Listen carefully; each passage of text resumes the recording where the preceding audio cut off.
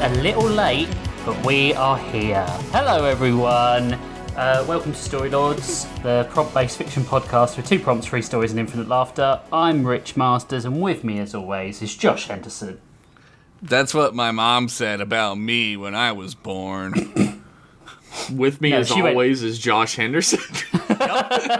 She said, oops. That's what she said. Throw this one away. I hate it. Give it back to the sea.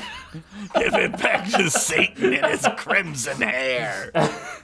And Jeff Pennington. Hello. that was totally not built up at all. Yeah, that was a... Yeah.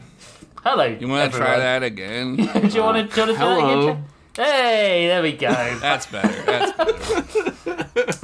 So yeah, we've been gone for a couple of weeks, mainly because we've had shit going on. So yeah, that's it. That's all I'm willing to say about it. We're back. We're just going to blame the World Cup. It's the World Cup's fault. Yeah, it's the World Cup's fault.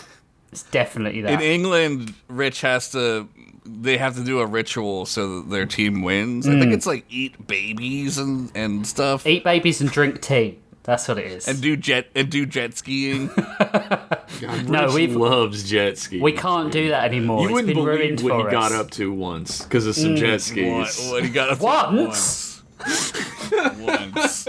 Don't undersell my achievements. Anyway, grandfathered into the island. Look, I'm not the only Nice. I'm not the only Jeffrey he's known. Is all I'm saying, folks. I do know New York financier. do know some legitimate finance people.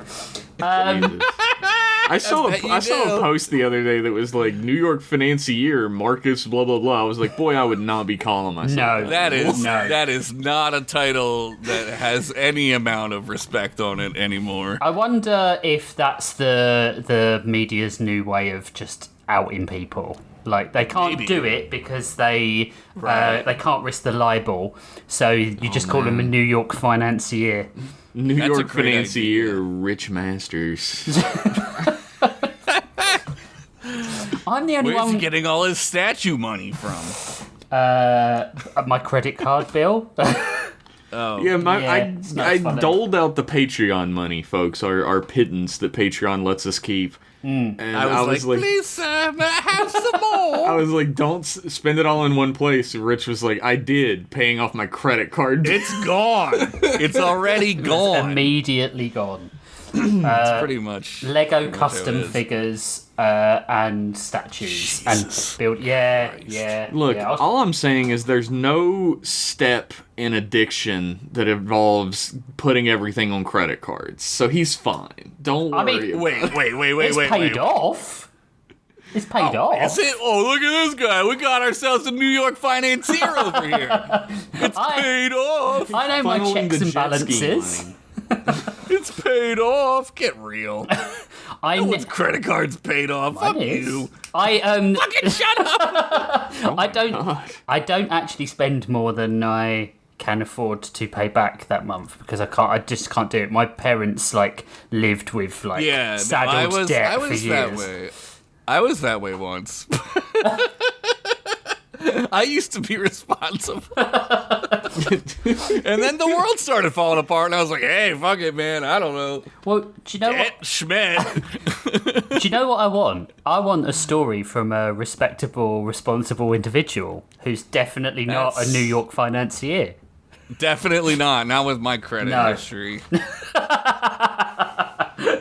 You can't even afford to go. I can't even afford to look at a jet ski. Josh's credit is only good on one island. I'm not going to say which one. Which one it is. It's a different kind of monetary system there, too. He checks his credit score, and something comes up holding its nose, and he goes, P.U. It does a close-up of it, and it's like ugly skin from Ren and Stimpy. It's like, my credit score has a face? Ew. All right, dude. My episode is called The 13th Floor. Uh-oh. That's bad luck. Is it? I don't know. Debbie, come up here for a minute. Fred's voice boomed through the walls instead of just coming to a room, which was literally just the back room of the bar they were always in. Coming! She yelled back.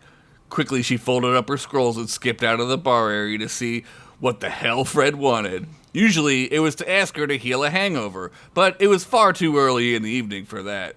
Okay, kid, here's the rules for your sleepover/indoor camping trip, or whatever you kids call it nowadays. Fred held up a hand with 3 fingers. First, no boys allowed, he said sternly, and Demi rolled her eyes. Number B, no drinking anything over 80 proof. I don't want your friends' parents thinking we're running a bar that allows underagers in here. Oh, no. Demi looked over to see a table full of teenagers and one high chair complete with a baby. I love fake LCIDs, the one kid yelled. The baby yelled. The baby is getting tore up. Hell yeah. And finally, number 4, absolutely no staying up past 5 a.m. Some of us have to have a hangover at work tomorrow for a living, Fred said. Completing his list and folding his fingers down into a fist. It's just a sleepover, Uncle Steak Breath. Besides, it's only 2 of my friends. They should be here soon, and I'm just gonna hang out here until they get here, Demi said, hoisting herself onto the bar stool. Hey, Fred interjected. What did I just say? If you're gonna sit here underage, put this fake mustache on. Fred tossed a really ratty old fake mustache at her. Soon, a teenage orc walked into the Flamingo's bar. She was green and hadn't grown her tusks out completely. She was shy and walked up to the bar, her hands behind her massive back muscles. What'll it be, young man? Fred said, barely looking at her.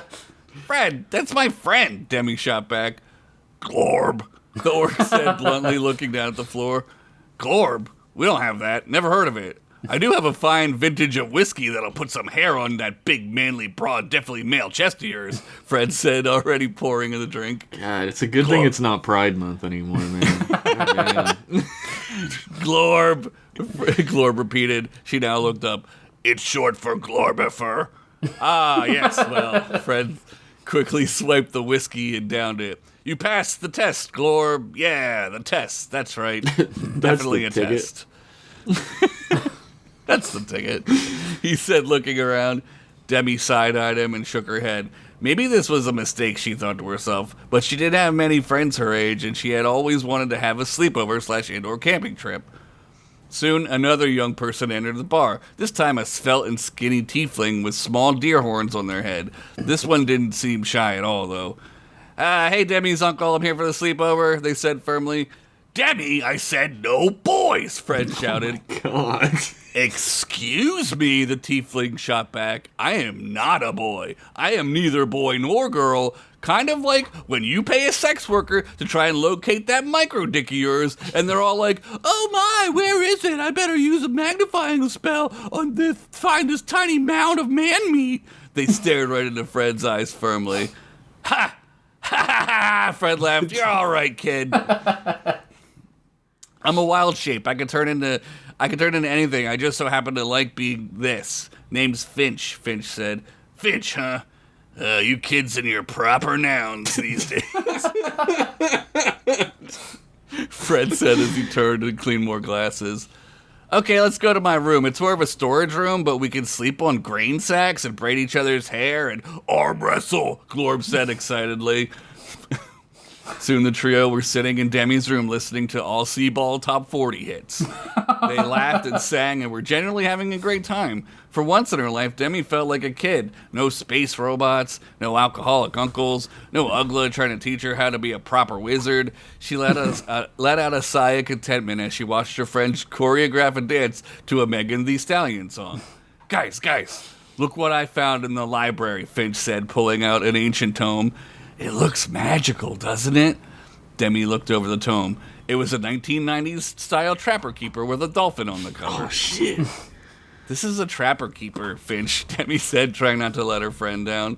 Oh, okay, whatever that is. But look at this creature on the front. It's like some kind of double mermaid with both parts are fish parts. Finch held up the binder and admired the mythical beast on the cover. It's called a dolphin, and they were really smart, Demi said. Are you saying mermaids aren't smart? Demi, you bigot, Finch said jokingly. If only we could figure out how to open it. I bet there's like treasure maps or spells or long lost recipes or maybe pictures of dudes with like shirts off. Demi grabbed the binder and found the Velcro strap that kept the contents of the binder safely and secure inside. With a swift pull and a sound, the Velcro let loose and the binder was open. Whoa, both Finch and Glorb said at the same time. You really are magic, Dems, Finch said. Demi quickly read through some of the pages of the notebook, turning one after another. Says this is some kind of slam book, she said, still reading. Oh, look, there's a passage about me, she said excitedly. Finch and Glorb scooched closer to their friend in awe. It says, Demi is a tryhard who says weird stuff all the time and thinks she's so cool because her mom is a wizard and her dad is a killer for hire. Lame. Demi smiled, turned down to a frown as she read. Glob and Finch looked at each other. I like when you say dumb things, Glorb said reassuringly. Give me that, Finch demanded as they grabbed the notebook. Finch is a self-righteous, snotty brat who smells like farts and probably turns into a cow at night, so the farts won't be noticeably so bad when they're sleeping out in their field or wherever they fart and sleep. Wow. I like your farts, Glob started to say. Don't! Finch stopped her. Glob is such a good friend. Yeah. What say about Glob? Glob asked. Finch turned the page and there, under Glob's name, was just a crudely drawn picture of a girl orc with stink lines emitting from them in all directions. Some of them even wafted off the page onto the binder cover. Yeah, me do stink, Glob said, smiling. No, Glob, Demi stood up. This is fucking bullshit. Both friends gasped at their use of the fuck word, since it would probably be rated PG-13, and you only get to use one fuck word. True. Finch turned yet another page and found a riddle. They read it out loud.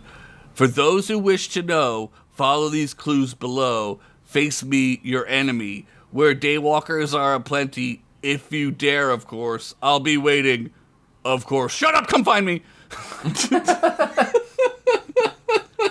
We gotta find out who said these nasty things about us, Demi said, sheathing her sword to her back. Lock and load, girls and non-binaries, Demi said, all cool. Wait, Finch said. We don't even have a cool name yet. Something like the Flamingos, Finch said with a flourish of her jazz hands. Nah, my family would sue us for sure, trust me, Demi said, shooting that idea down. What about Candle Cousins? Glob tossed out.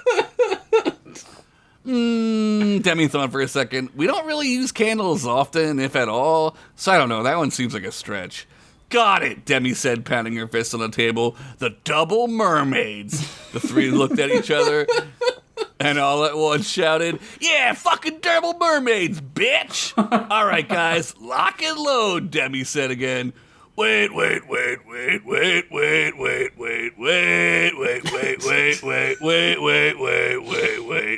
Glob interrupted again.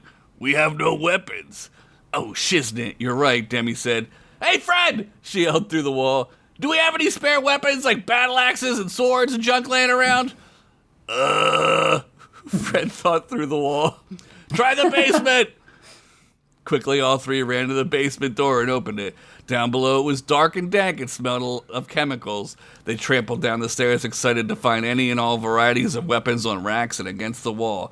There were crates of weapons overflowing with magical hues and pigments emitted from the more enchanted items. Demi wandered over to a rack of spears and reached out for one. What are you doing down here? Flyman said as he creepily slunk out of the darkness like a creepy fly man. This is expertly written. His eyes glowed with the colors of the enchanted weapons around him. Jesus, oh Christ, it's a monster! Finch screamed as they turned into a tiger and hissed back at Flyman. No, that's just Uncle Flyman. He's harmless. Well, he's harmless to others, but he really is quite a danger to himself. I mean, like, very suicidal. Demi said with a short laugh. Finch returned to regular form and apologized. It's okay. Are you guys gonna have your indoor camping trip down here tonight? If so, I can make a batch of cookies and we can do candle dipping and maybe some tie-dye. Flyman went on. Oh, candle dipping. They can call themselves candle cousins. Yeah, there you go. Flyman went on, but was interrupted by Glob knocking over a crate of weapons to find a massive femur bone. This is elegant weapon, she said proudly, holding up the massive bone. I mean, you could have, like, anything down here, Globby. Why not just, like, look around, Finch said. No, this is honorable weapon. Break bones with bones, Glorb said, admiring the bone. All right, let's go, lock and load, Demi said as the three were already up the stairs. I guess I'll just make my candles myself and put this tie-dye shirt on and be all alone again all night. Again, Flyman said, crying. Jesus. Sounds good, Uncle Flyman, you're the king, Demi said, said muffled through the closing door behind her. Hey, where are you guys going? Fred said, stopping the trio and exiting the bar. We're going on an adventure, Demi said, smartly. Okay, well, Fred said, just don't kill anyone who doesn't deserve it, and be back no earlier than dawn. What a good parental figure. Wow. She might have school. Yeah. She hasn't got school. No, there's no school. Wow, that worked, Finch said, shocked. Yeah, my family's really pretty bad at raising me, Debbie said, skipping out the door. It's wild she knows that. Yeah. Okay, I think I know where the first clue has us going, Finch said, looking at the Trapper Keeper. The trio looked up to see a lone zombie standing around, pacing back and forth, talking to himself. Alabama 21, Clemson 17, equals MC squared, clot to burrata nicto, 4 cups of sugar, 3 cups of butter, bake at 400 degrees for 30 minutes, the man said. His red eyes shot up when he saw 3 young adventurers approach. Hello, Mr. Zombie. Please no bite, Demi said. You kids got any giggle dirt? You Holden Caulfield? You beholden to the giggle pixie and her sex dirt? He said frantically. Jesus. No.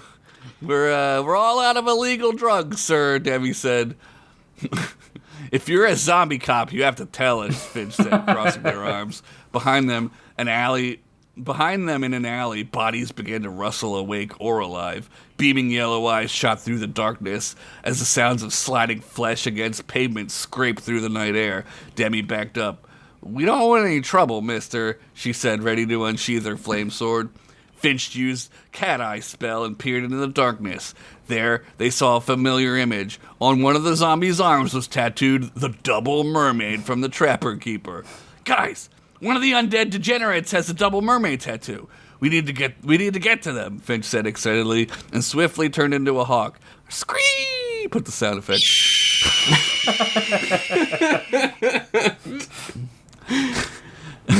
Sure, let's talk to a rotting corpse zombie man. Maybe he knows where to go and what to do, Demi rolled her eyes. But it was too late. Finch had grown from regular-sized hawk to owlbear-sized, owlbear. They swatted away several drug addicts and found one with the mark they needed. Swiftly, they grabbed the arm of the undead man. Excuse me, I'd like to take a look at your tattoo. It's really cool. Where did you get it done? They said. Oh yeah, I gotta do that again. Excuse me, I'd like to take a look at your tattoo. It's really cool. Where did you get it done? They said in a deep owlbear growl. Jesus Christ. The man screamed in terror as his drug-riddled heart finally gave out. As he fell to the ground, the weight of his body caused the flesh in his shoulder to tear bloodily from his arm, leaving Finch standing there with one severed arm with the logo of the Double Mermaids. Uh-oh, Finch said. They tossed the arm. They tossed the arm over to Demi and Glob. Without thinking, Glob grabbed it and began to run like she was in that one scene from Forrest Gump where he's so stupid he doesn't know which way to run with the football, yet he's like the most impossible guy to tackle on earth. He's so hard to tackle, not even napalm could tackle him. And F4 drops 2 tanks of molten hot chemical fire on the man, and he outruns it. Probably outruns Agent Orange, too. I mean, the man outruns HIV. The fuck? I knew you were going gonna say that. Demi and Glob rounded the corner and ducked into a dumpster. I want to point out that halfway through this, I started calling her Glorb, so I have to read it as Glob now. I don't know why. Ducked into a dumpster with the arm. Finch quickly flew overhead and turned into a rat, falling into the dumpster alongside them. Glob held up the arm with... Wait, wasn't she Glorb to begin with? I don't know. You tell me, man. He's fucking... You wrote it! He's fucking Berenstain bearing us. I'm just going to switch back. We got fucking Mandela effect halfway through a story. I'm going to switch back to what it was first. Glorb held up the arm with what little light was there. I don't know what you guys are talking about. Oh my god. See? It say words, she said, pointing to a badly tattooed part of the arm under the double mermaid. Another riddle? Finch squeaked as they transformed into regular Finch again. It say, bark at the moons. A double dog dare you. You won't, you pussies. You all belong in a kennel. That's a riddle, Demi asked? That's a pretty shitty riddle, that. I know this one, Finch yelled, as they turned into a wolf and raced forth. The zombie horde was now wandering the streets as people began to lock their doors and head inside as they shambled down the streets. Back at Flamingo's HQ, Ugla was tidying up the bar and trying to relax for the night. Hey, Fred, have you seen Demi? She asked. Yeah, she went out locked and loaded with her school friends, Fred said, pouring a whiskey. Fred, Ugla stared at him. Demi doesn't go to school. What the hell, man? She sighed and rubbed the bridge of her nose. Give me that, she said, taking the whiskey and downing it. Better make it a double. The kennel, Finch said, pointing up their nose at a glowing neon sign that said, The Kennel! This is a Dogman racing track. I know because Sid took me here once to win some scratch for some bribery money when Mayor Pizza had one of his kids kidnapped again. As they entered, the smell of wet dog invaded their every sense. Behind the barred counter was a double dog man counting money with his paws. He looked up to see three preteens wander in and shrugged. Look, Glorb said, pointing to the track list. Double Mermaid was one of the dog men racing. I got this, Demi said, motioning for the two to step back. Yar, me doggo, me be wanting to bet on Double Mermaid, she said in her pirate accent. She got the one move, man. The dog man looked at her and licked his thumb. Okay, he said. Demi used a pocket dimension spell and pulled out a solid gold candlestick and placed it on the counter. She tried to slide it under the cage fence hole thing, but it just clanged and banged. She adjusted it and tried to slyly slide it under again, but it wouldn't budge. Yar, there ye be, me good man's best friend, she said with a wink. Okay, the dog man said, placing down a ticket. She grabbed it and howled like a dog at him. You're so good at this, Finch said, impressed. Just have to know how to talk to him, you know, she said. Debbie said, impressed with herself. They found 3 empty seats, which was pretty easy because the place was a hole. On the track, several dogmen stretched and did pre-race warm-ups. Some were lifting weights. One kissed his muscles tenderly to the cheers of dog ladies. Which one is ours? Finch peered out, trying to find the dogman they bet on. Me think it's track 4, Glorb said, pointing. Down on track 4 was the skinniest, most pathetic mud of a dogman anyone had ever seen. This guy was road-hauled and dragged through life by his neutered testicles. We are boned, Glorb said with a sigh. Demi sighed also and looked over at Finch, who was not there. Oh, great. Now what? Demi said, using her tiny little binoculars that they give you to try to find their friends. I'm assuming they do that. I've never been to one. Lo and behold, Finch was on the side of the track conversing with the chase rabbit in their own rabbit form. As soon as the rabbit pointed back behind them, Finch took out a tiny blackjack and walloped the rabbit on the cranium, probably killing it. That is not how I thought that was about to go. Then Finch lined up as the rabbit, ready to race the race so the dogs would chase them. Racers, on your mark, get set, "Go!" shouted the announcer. As soon as he did, Finch bolted faster than any rabbit has ever bolted. The dogmen salivated at the thought of tearing Finch to shreds. They ran on all fours and kicked up mud and dirt as they rounded the first corner. Double Mermaid was far behind and last, wheezing and huffing like he smoked 2 packs of heaters a day just to make the phone calls go away. Finch then transformed into a dogman, entered the race from behind. After passing Double Mermaid, they grabbed the number 69 off their back and put it on their own. It looks like another racer has stolen the identity of Double Mermaid and is running the race as Double Mermaid. Never in my 5 months of double dogman racing have I ever seen this level of cheating, but I'm told we're going to allow it for some reason. The announcer boomed.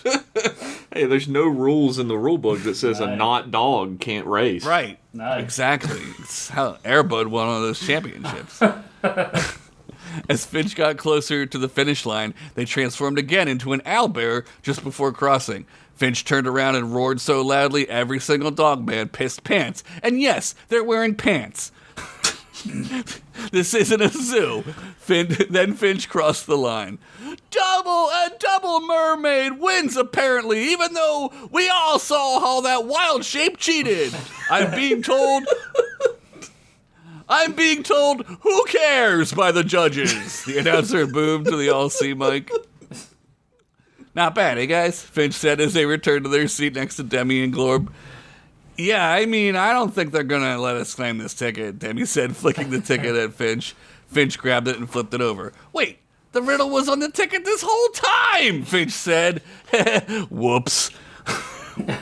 In the stable area, a giant double dogman held out a rat-sized gun against the original Double Mermaid's head. I can make it up, I swear, boss, he pleaded. He was shaking and soaked in piss from the press of the metal barrel against his head. If only you could run as fast as that doppelganger, Double Mermaid, the boss said. The last thing Double Mermaid heard was a bullet passing through his outer skull and ricocheting around inside of his cranium. What's this riddle? What's the riddle this time, Debbie asked. And just an aside real quick, a double dogman is a dogman centaur, right? It's a dog, yeah. It's a dogman with a lower dogman half. Yeah, I remember that from a previous story. I'm keeping track. This guy's got it. He's ready. He's ready to DM Double Mermaid. It reads, now he's getting a tattoo. Yeah, he's getting ink done. He asked for a 13, but they drew a 31. I'm on the 13th floor somewhere in the city, you idiots. Come get me.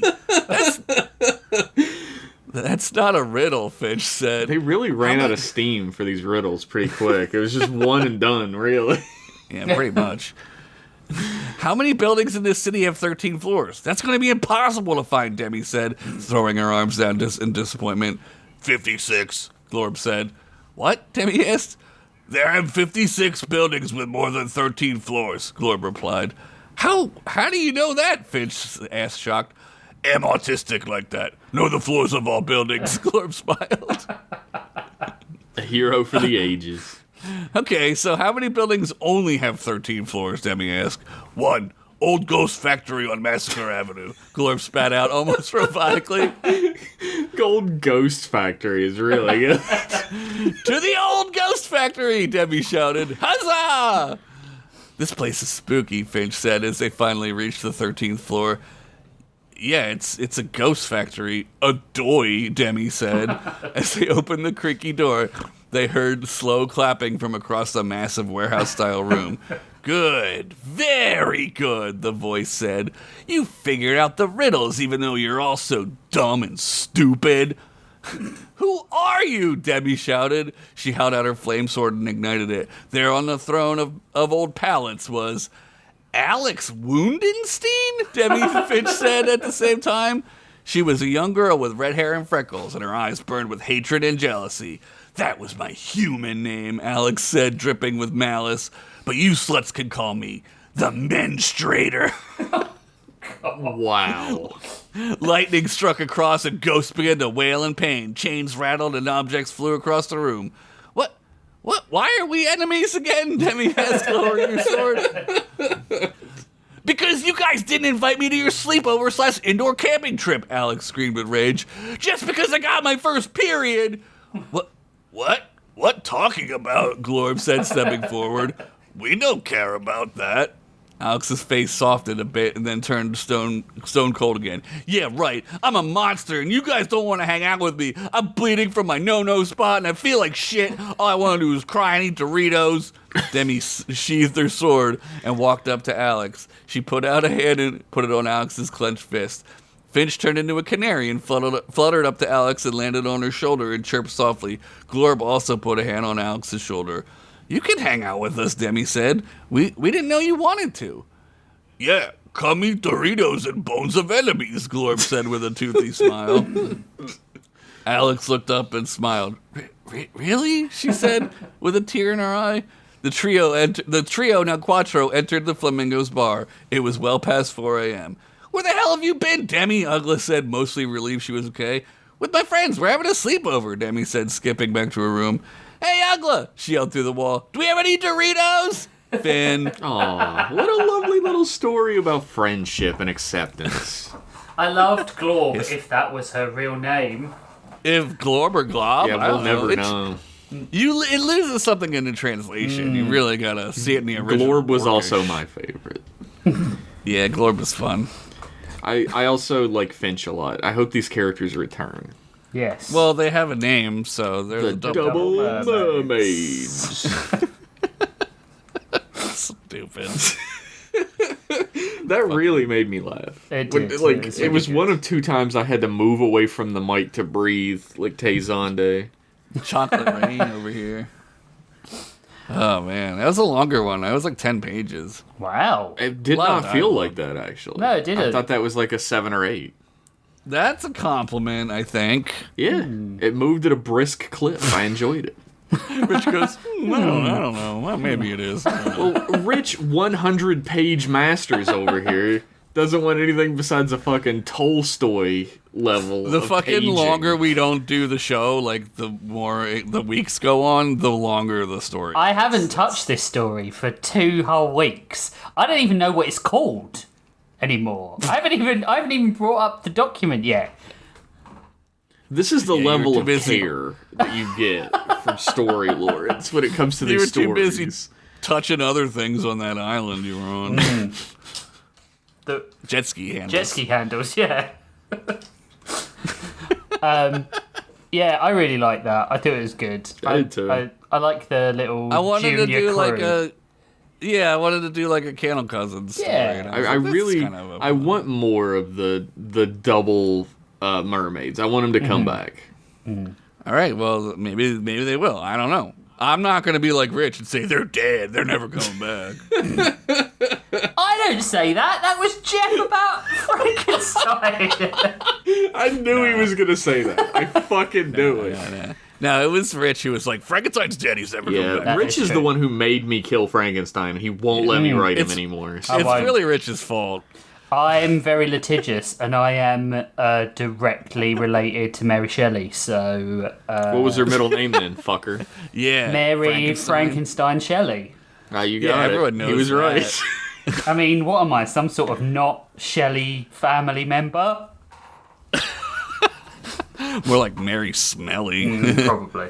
They didn't have much social. Nobody showers. really had good hygiene back then. No. So They thought water would give you like the vapors or some shit. Well, I mean, there was Like so that much Biz shit in the Marquis water. song? That's true. It had bacteria. Yeah, they probably God. get The Marky listeria Mark or song. Biz Marquis. the Marky Is it like that Biz Marquis song? The vapors. All right, let's take a break before this descends into real farce, and we'll be right back. Descends, yeah.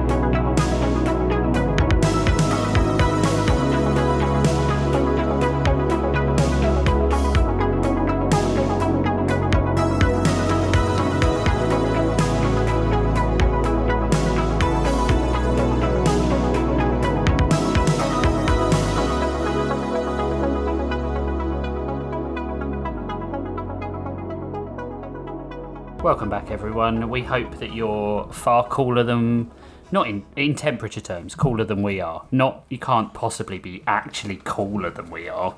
Mainly because... You said like 57 double negatives just then, and I don't know where we are anymore. It's a riddle. If you can solve it... Is it glorb or glob, really, is what we're trying to figure out? It's hot as balls here. Yeah. It's not too bad here today. It's all right. Sweating my ass off. That's what you guys get for winning in the World Cup, so fuck you. They didn't win the whole fucking thing. No, Well, let's not say yet. they did and look like geniuses. Okay. Not yet. All right, Jeff, it's your turn to tell a Oh, story. I forgot it was my turn. Fuck. Infinite horror and despair. And, I'm not doing a horror story. This is a bad intro. Oh, shit. Oh. And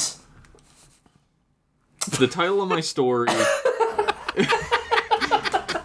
is The Missing Melody, Chapter 3, The Tower on the Hill.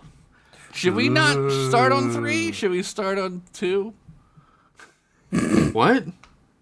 Chapter 1, Chapter 2? I already did those. Oh, I knew that. I knew that. Do you guys need me on the podcast? Can I take a nap? I'll take a sip. it's been a month, guys.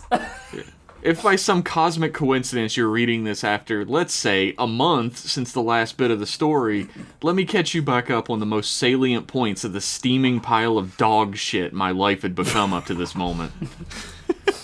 My name's Cal Noble. My girlfriend Melody Baxter disappeared a few weeks ago, and the cops aren't doing jack shit about it because she's black, and pigs is pigs, no matter the digs, as they say. Hey, Cap! Through what I can only describe as chicanery, I've become employer to 2 different private investigators to try and find out where she's ended up and what happened to her. One is a guy I went to high school with who has obviously suffered some kind of psychotic break and somehow tricked me into signing an ironclad contract for his services through pretty much the exact kind of shenanigan a child would trick a parent into signing their bad report card. Now I'm stuck with him as one half of my investigative team until the asylum figures out he's missing and finally sends someone out to club and straitjacket him back to where he belongs. Hit him with the blackjack! That's the best mental health care we have in 1957. I'm not being a dick or anything. His name is Jaime Hardaway. The other is a professional with a clean track record who seems nonchalant to the point of maybe not actually giving a shit about the case at all. He quips and slinks his way around like he's doing me a favor while my bank account slowly drips dollars directly into his back pocket, and it's starting to wear on me. But he's maybe my only hope of actually solving anything, since between the 3 of us, he's the only one who isn't ass-blastingly shitty at his job. That famous 1957 term.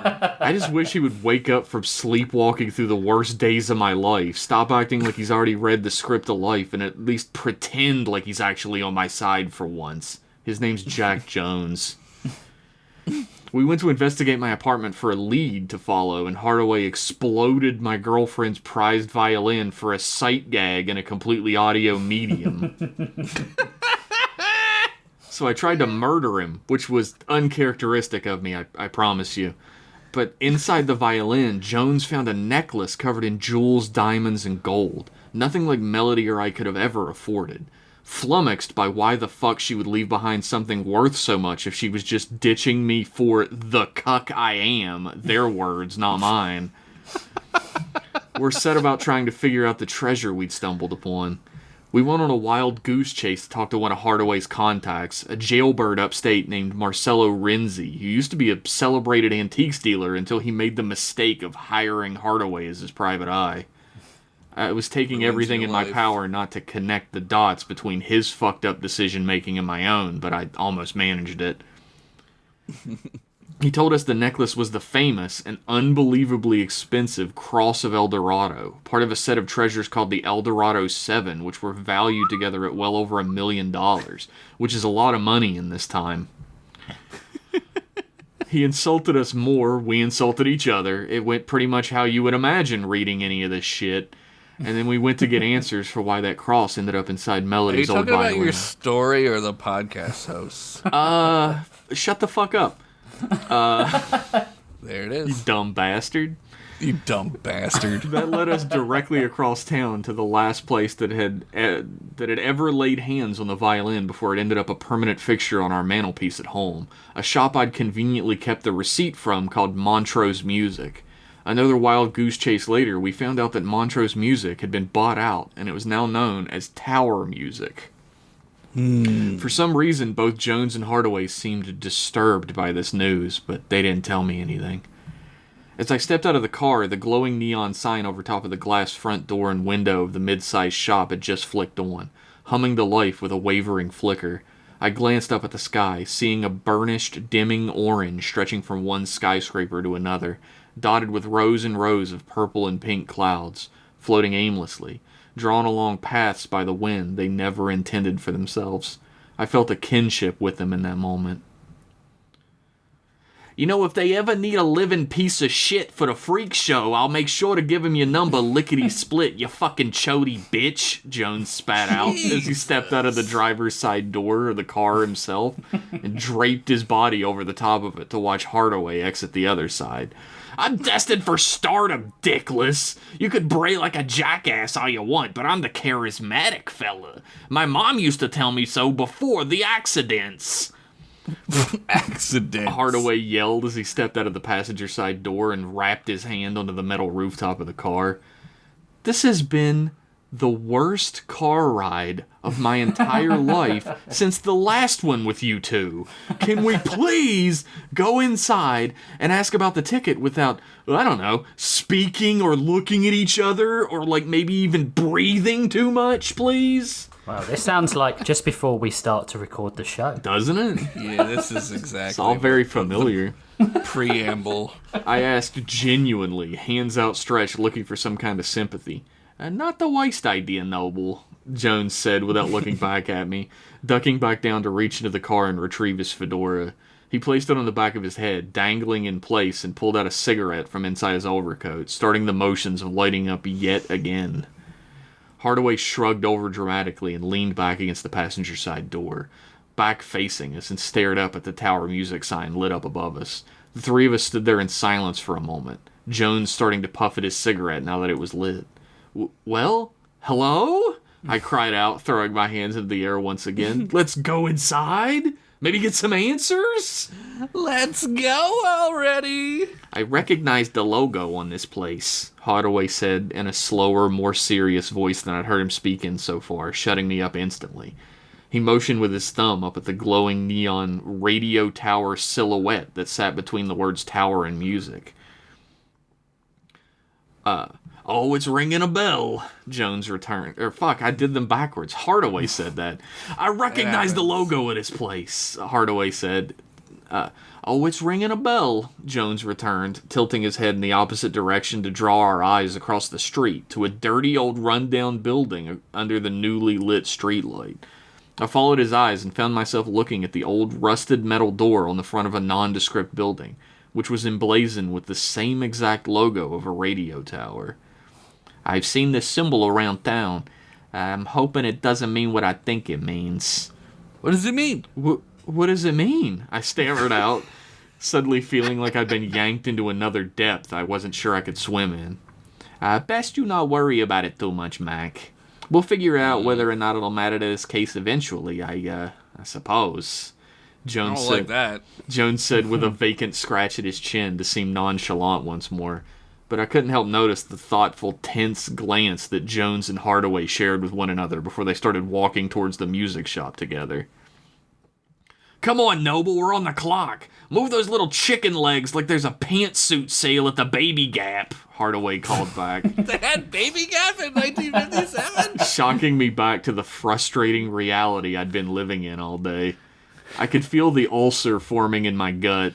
Nevertheless, I followed them inside. The store had a rough red carpet that stretched from one side to the other, lined with black wall shelves and hooks covered in guitars, brass instruments, woodwinds, percussion, strings, everything you could imagine. Several drum kits were set up in corner spots here and there throughout the space, with peeling old leather stools for people to try out their favorite Dave Brubeck classic, loudly and poorly before deciding on their purchase.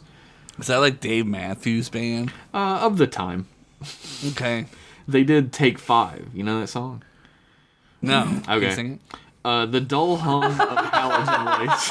Pass by. The dull hum of halogen lights competed for listenership with the tinny recording of Vivaldi playing over a set of floor speakers near the checkout counter. There wasn't a person in sight. Kinda dreary, ain't it? Hardaway said, picking up a trumpet and placing it unclean to his lips and giving it a loud farty toot that rattled both me and the windows, but didn't seem to bother Jones, who was leaning down to inspect one of the shelves idly. Could you please stop for 5 seconds? I whisper-screamed as forcefully as I could, yanking the trumpet out of Hardaway's hands and placing it gingerly back onto the shelving unit. Stop what? Hardaway responded, the most genuinely puzzled look on his face I'd ever seen someone make. I felt a little sorry for him in that second if he really was this stupid. I was pretty convinced he was just fucking with me, though. This place ain't exactly operating at peak capacity, is it, fellas? Jones broke our argument up once again, and when we turned around to look at him, he was drawing a finger across one of the shelves and holding it up to the light. His fingertip was covered in a thick, chalky layer of untouched dust. The shelf retained a perfect line where his finger had dragged. Rich would never let that go with the statues and all. I'm not saying a word. Can I help you people? A voice interrupted us before we could discuss. Standing at the register now was a woman in her early to mid-20s with a blonde beehive hairdo. Hairdo? Why did I say it that way? Not hair don't. With a blonde beehive hairdo, wearing a tightly tied satin scarf around her neck, a blue-checked short-sleeve button-up shirt tucked into a white pair of chinos and red slippers. She looked like a model straight out of a five-and-dime romance novel about female freedom where they mostly just bang around a lot and drive cars. Nice. Not that I've read any of them. Or all of them. Nice. You people! Hardaway screeched out, puffing his chest up and narrowing his eyes at the young woman.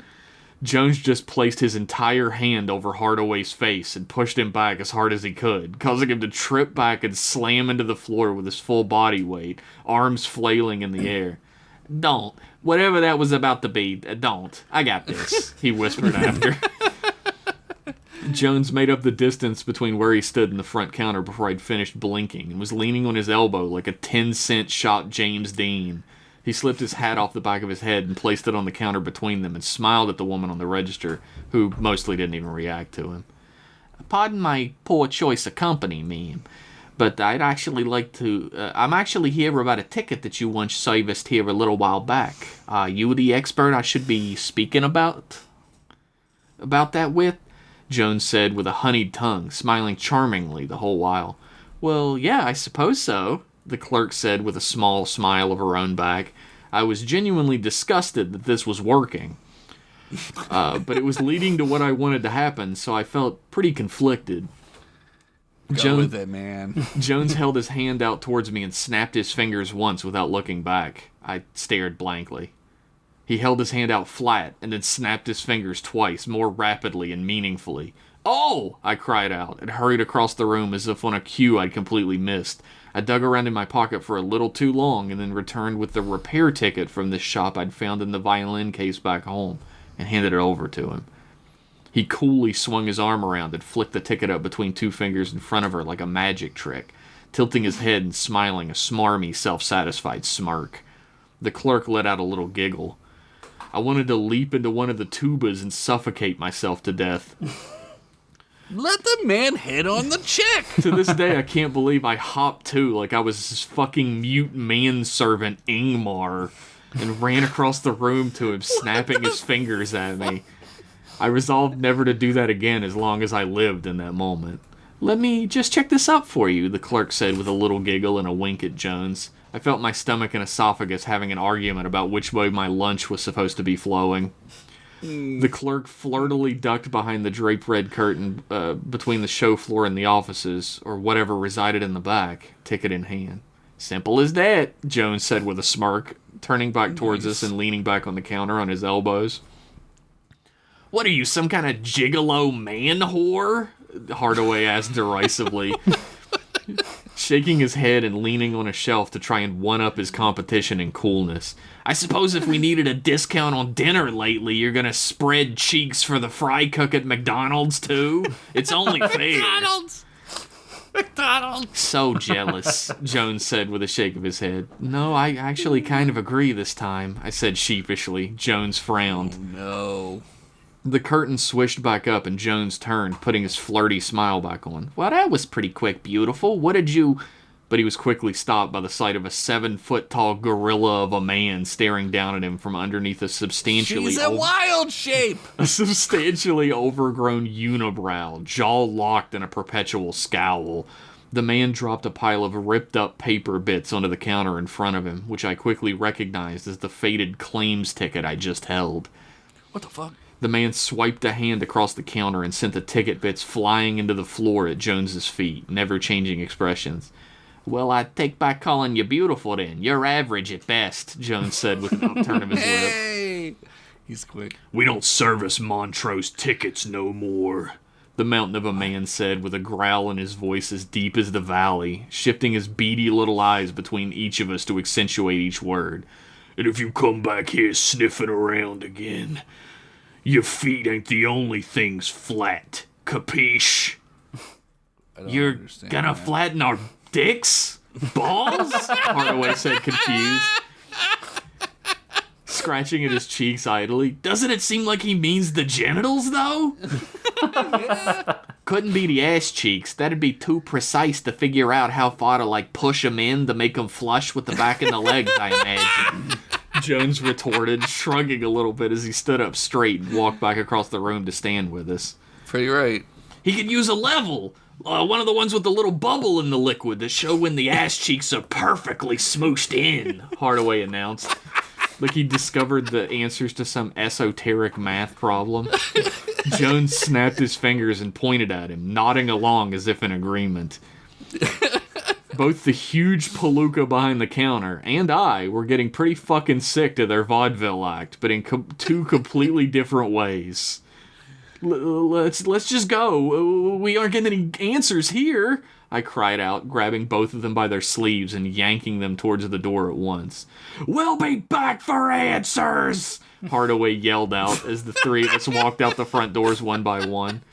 I poked my head back in. No, we won't. We're not coming back, I swear.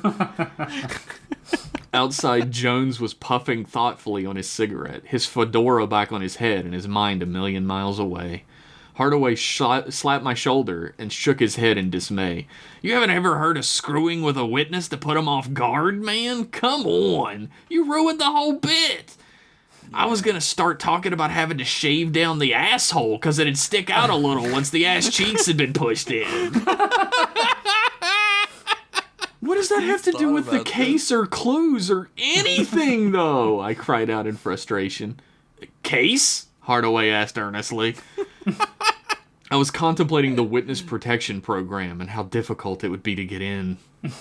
I think we're gonna have to maybe consider the possibility this case does involve the big man, Jones said offhandedly, looking back through the front window of the shop, which was now completely empty inside besides the instrument and the tiny pile of ripped-up paper ticket left behind.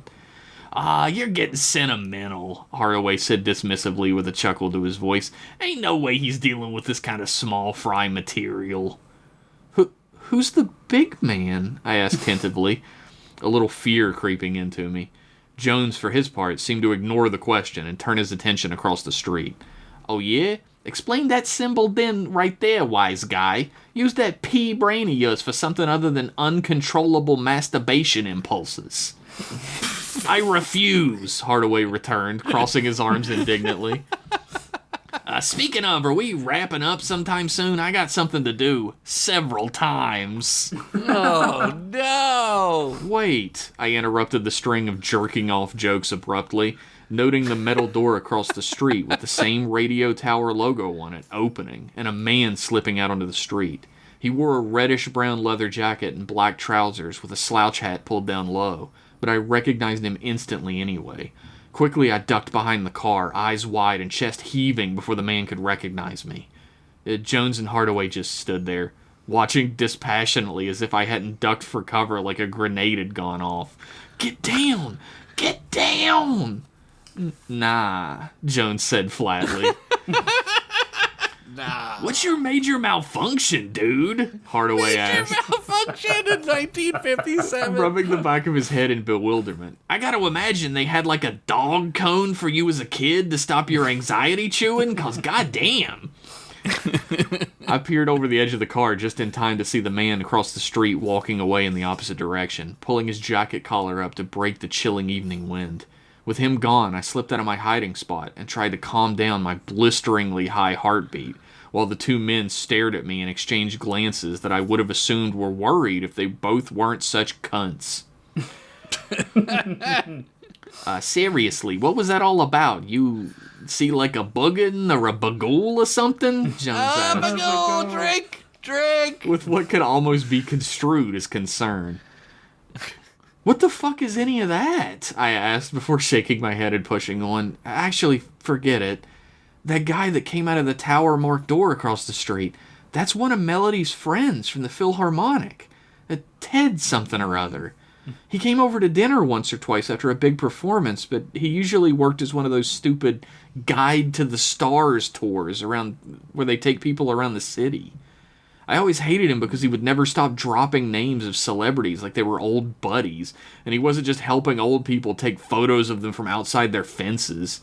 Oh, helping stalkers slip in to kill movie starlets, of course. "A lot of money in that," Hardaway said with the kind of tone that felt like he expected us to agree with him like it was a normal thing to say. I just powered through. "He could play the violin so much better than me, too. Not Melody, though. She was an angel on the strings," I said, my thoughts overflowing with her in that moment as they always did. "You saw an old dinner guest you didn't care for, so you dove behind a car like a fucking panzer was coming up over the hill? A panzer! I'd hate to see you trying to dodge an ex-girlfriend, Jesus," Jones said with an astonishment in his voice that irked me pretty badly. Look, I'm not a moron, okay? You two both looked at that symbol on the door and got squeamish. Then you started talking about some big man neither of you wants to talk about. I know there's something awful going on. It looks like Ted What's-His-Name is involved in it if he came out that door. I'm just doing basic math here." I spat back as forcefully as I could, though it still ended up pretty shaky. "Maybe we ought to be paying you to be the lead detective, Noble," Jones said with a smirk. No, I'm the lead detective, and I'm the one that gets paid. Fuck this kid. I'll take it to fucking court, man. I swear it," Hardaway burst out. Shocking both of us, even though we should probably be used to it by this point. Insane. He clasped his hands together pleadingly and continued, "Look, man, I need this money. I got a lot of debts to a lot of guys named Tony, okay? They got nicknames like the Shark and the Jackal and the Buttfucker, but they're all named Tony. I need this." I mean, you don't want to be in with Tony Buttfucker. No. He was pleading at Jones for some reason. All right, we'll keep you one, but just for now, all right? You're still gonna be on probation," Jones responded, confusing the fuck out of me even more. "Oh, thank you, kind sir, thank you," Hardaway declared, with tears of happiness in his eyes. Are you both fucking with me?" I managed to choke out. "Well, let's get back to your apartment and give the case another once-over. Maybe we forgot something," Jones responded to not my question, walking back towards the car. My apartment was pretty much as if we'd left it, turned over and emptied out and in a ruin which haunted my very dreams. Oh, this time it was night, so we turned the lights on, so it was brighter at least. Cheerier for someone who wasn't suffering as much as me, maybe. "You got any, dips or sauces in this joint?" Hardaway asked. What? Walking towards the open door to the kitchen and through it before I could even answer. "What?" I managed to call out after him. Exactly. "Wait, where's the case? I left it right here," Jones said from across the room, knelt on the floor in front of the mantel and turning over drawers and couch cushions and detritus to try and find where the violin in its case had gone from his sight. "All right, you don't have any dips or sauces, but you do seem to have a violent gunman, so that's something." Hardaway said flatly as he walked back out of the kitchen into the small living room, hands held up high above his head. Following him was the same man from across the street before. Same reddish leather jacket, same black trousers, same slouch hat pulled down low. Only this time he was holding a black revolver in his left hand and pressing its barrel into the small of Hardaway's back. It's Ted Kaczynski. Well, I guess we can all agree that Ted What's-His-Name is actually involved in all of this, huh? Jones said quietly, raising his hands above his head. Worth every penny. Ted, what are you doing, man? I managed to whimper out, which really kind of bothered me that I couldn't be more commanding or macho in that moment. Ted grimaced at the sound of his own name. If I wasn't sent here to kill you three, then I most certainly would have to do it now that you know my name. You're not very fucking smart, are you? Half of your name, Hardaway corrected. Ted pressed the gun tighter into his back, causing him to groan in pain. What? You never told us the other half. This is on you, if anything. My name is Ted Danson. What? Nobody else has named this yet, so it's a completely normal name for a guy to have with no other connotations or connections to it, he said explanatorily. What the fuck is this guy talking about? Jones asked us, but neither had an answer. Shut up. All three of you up against the wall now. Single line. Shit. He turned the gun towards me and motioned towards the wall. All three of us slowly shuffled over to stand in front of the mantel. We all held our hands high in the air together and stared straight forward at Ted Danson, our killer, as he pulled back the hammer of his revolver, the instrument of our death, held by Ted Danson. I stared into the photo on the mantel of Melody, who smiled back at me from behind broken shards of glass serenely. I waited silently to hear the last sound I'd ever hear, the gun going off behind me. To be continued. Oh shit! Ted Danson's a killer! We all knew it. We knew he was saw capable of it. When I saw him on Cheers, I was like, that guy's killed some people. He's got the eyes of a killer. Yeah. Definitely. That was so... I love that they're like... The two guys are like becoming like friends almost. Like they're like... They have a history with each other. They just don't get along because of it. It's Looney so Tunes. good. It's fucking Looney Tunes. It is. It's great. It's so good. I love Very it. good. Yeah. Thank you very much. What the fuck is going on? Who's the big man? Somebody's gonna shoot Ted Danson. That's my prediction. Another also celebrity from the from anachronistic. All I know is timeline. Rich said it wasn't Frankenstein, so because he's dead. It's not Yeah, Frankenstein. Rich says I that won't I let him can't back. write Frankenstein anymore. won't Guys, let him I'm back. sorry. It's Pavlov Flinch, the big man. Senior Pavlov Flinch. Oh, there's more mystery to come. Instead of a Game Boy, he carries around that old-timey vibrating football game that no one plays. I don't think they Ball had those in the cup. 50s. Ball in the cup. Ball in a cup. There it is. God damn it. Paddleball. What? Here's the Whatever. thing. I guess it's I had this fucking idea that I was gonna have fucking Pavlov Flinch's grandfather show up and he plays ball in a cup all the fucking time, but I guess I can't do that now, huh? Why not? Why not? We'll just edit this out. Great minds. Well, I'll just edit this R.I.P. I'll just edit this out. You can't put Frankenstein in it, and now you can't put Pavlov. R.I.P. Flinch to my in it. great idea, Rich. I mean, maybe you gave us the idea. Maybe it's still your idea. You just Maybe. gave it to us.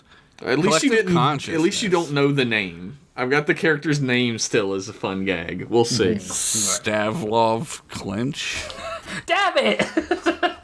He's got it. Oh no. I was waiting for it. I set you up for that, and you didn't take it. I'm sorry. Rich did though. Good job, Rich. Sorry. I'm still too scared of Ted Danson. Dude, he's tall as hell, man. What is he, like 6'7"? Fucking. I think he's 6'4". Is that it? Is that it? I think the big man is Tim Allen. Oh God. Which, But it is Tim Allen. He's gonna fucking narc on everybody in the story. Yeah, sure, I did a lot of cocaine and then tattled on everyone. So what? I'm famous now. Oh, apparently Ted Danson is only 6'2". I'm actually taller. Is that than it? this. I'm taller than Ted Danson, everybody. What's he gonna fucking do to me with his gun?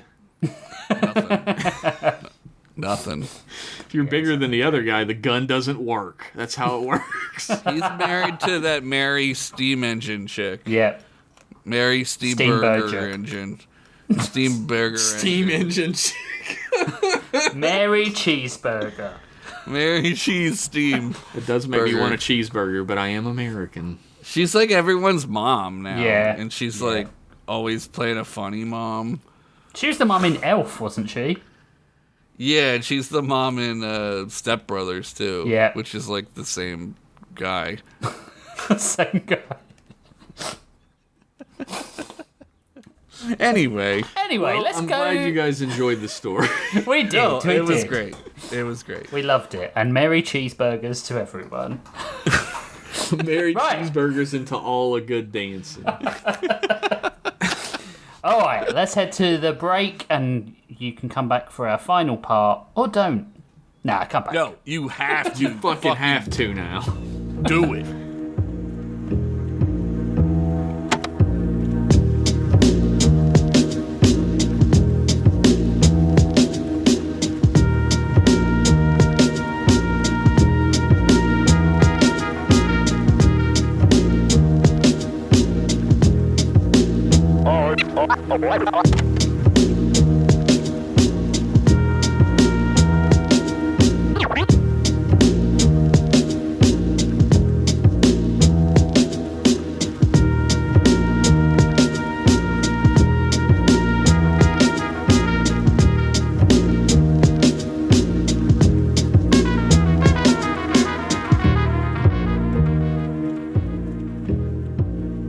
Hello, everyone. Welcome back. Thank you for coming back No. for the last part. No. It's my turn. I'm going and heading back to Walter Ego for part 5. Since it's a month ago now, I should probably just recap what is happening. Somnambulist Yes. is actually Mia, who has been working with Walt for like years and years and years. Pinnacle has left Earth for some reason. He's just flown away. Who He had knows an why? argument with his ex. He had an argument with his ex, but he got really touchy about there being another version of him potentially walking around. And that's probably about it.